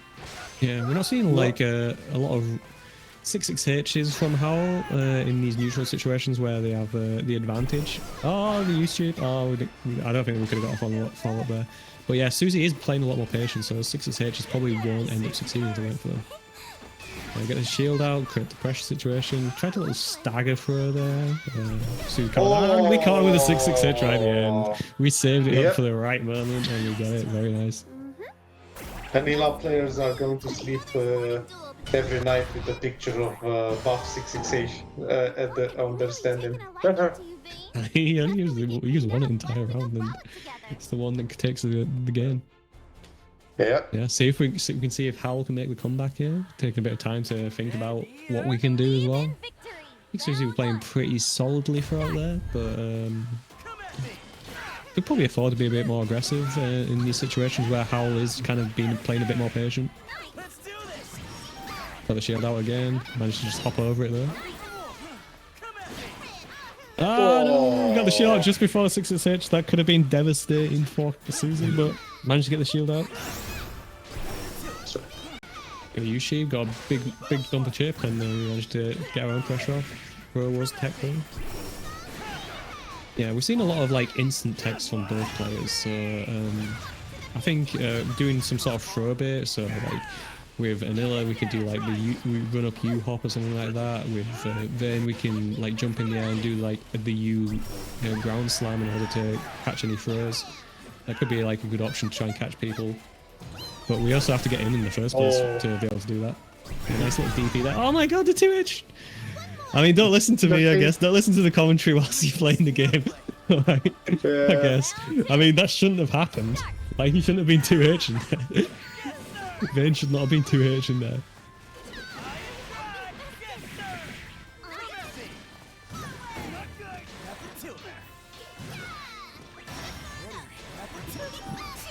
Yeah, now we've got a big corner combo. I'm rooting for Hal to even this one up because it's been a pretty good set so far.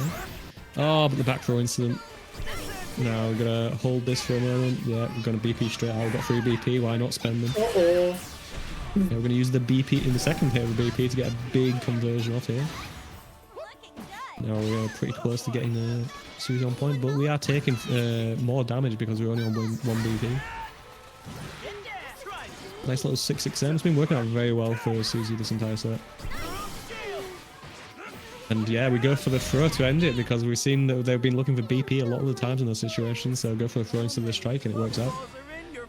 Very strong performance from both players. Yeah, very calm, controlled gameplay from Susie there. Very nice. Howell was making adaptations through the set. Got caught out a few times in unlucky situations, but just in the war of attrition in neutral with the shields and the 2Ms into the wreckers and that kind of thing, Vayne was winning out there. I guess I think the big thing would be like when the game does slow down and players are like relaxing a bit more neutral, not sending the 668s as much and that kind of thing. That is your like cue to be a bit more aggressive with the 6XLs or trying to get in a bit more, being a bit more cheeky, maybe run up and like do like a throw bit or something along those lines. Yep. So that would be my piece of advice, but I think it was like a very solid set regardless. Yeah, as we see on the stream, the standings, it looks like Banner Banger managing to lose at the very end there to Jovinius, and Jovinius managing to take the entire bracket because of it. So very good job to them. Looks like the win was down to the tiebreakers. So when in a situation where both people are tied on wins and losses, what the second criteria is the win-loss ratio against the people on the same record as them. So in this situation, I believe, actually I need to turn up the quality so I can actually read this. So in this situation, I believe that because the scores were tied and like it goes to tiebreakers, so Jovinius has a win over Banner Banger, so they have a tiebreaker point there, and nobody else has a win over nobody else as well. So Jovinius takes the bracket because of that. Slight correction, Jovinius has a win over Rezko because he is tied with Rezko. Banner Banger has a lower win. I think the scores. Well, all right, let's try and work this out then. So Jovinius played Banner Banger. So did they play Rezko as well? Where is that on the standings? He wants us to work it out. Fortunately, we can just hover over it and see that Jovinius never played Rezko. Yeah. You doubted me again. But then you spread misinfo. No, they were equal on score. It's because of the buy. The buy counts as a win, but it's not. Okay, so... Yeah. The first criteria is the score. The score's based on the wins. And buys counts as a win because that's been nice to the person who has the buy. So then, because they're all equal on score, we go to the tiebreaker. The only match between the three of them was Jovinius versus Banner Banger. Jovinius won that match, so they have one tiebreaker point, and therefore they win between the three of them. Rezko kind of unlucky not to face either over Jovinius or Banner Banger. But again, like this is just how the bracket goes, and the main aim of the bracket is just to have some fun and Obviously go against a bunch of beginners and that kind of thing. Yep.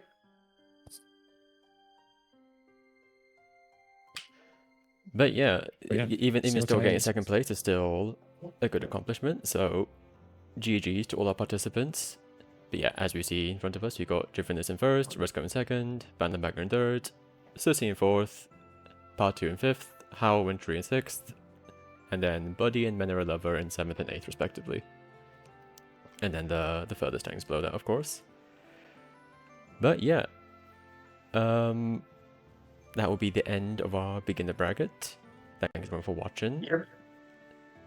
And as Thanks, usual, if Billy. you've got any questions or anything, any advice you want, anything of that nature, we're all around. Me and Dudikoff and whoever else. We can ask a question. We can give advice on anything, and make sure to like go back and watch your sets and listen to the advice you were given, because it was all pretty good advice from where I'm sitting over here, from me listening to it. Rare Loba compliment. Hey, I can just because I hate your guts doesn't mean I'll never compliment you. Hey, how could you hate Dudikov? He seems how like could a he? fine chap. Exactly, I'm a fine chap.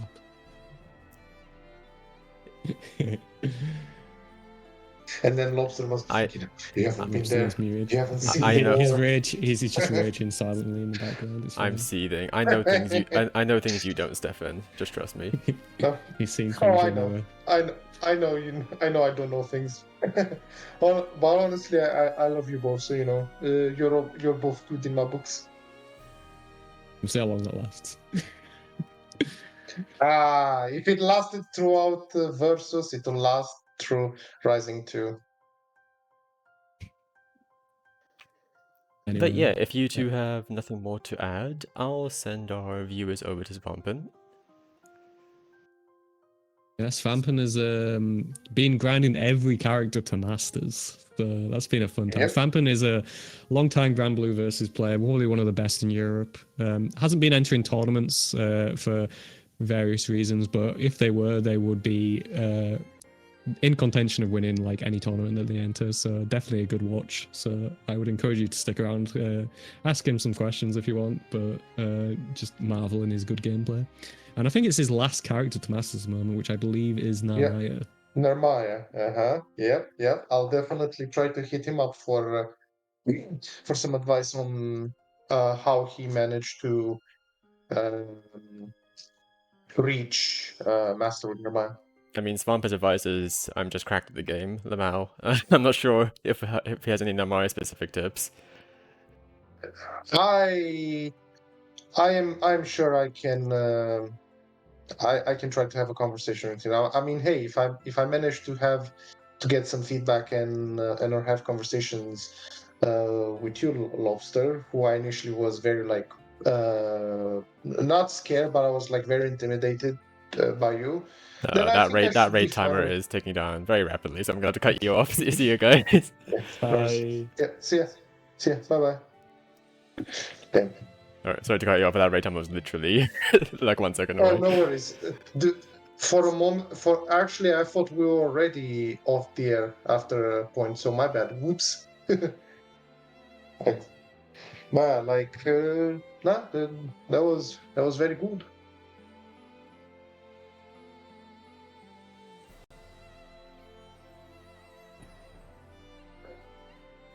I'm more than happy to do this more often.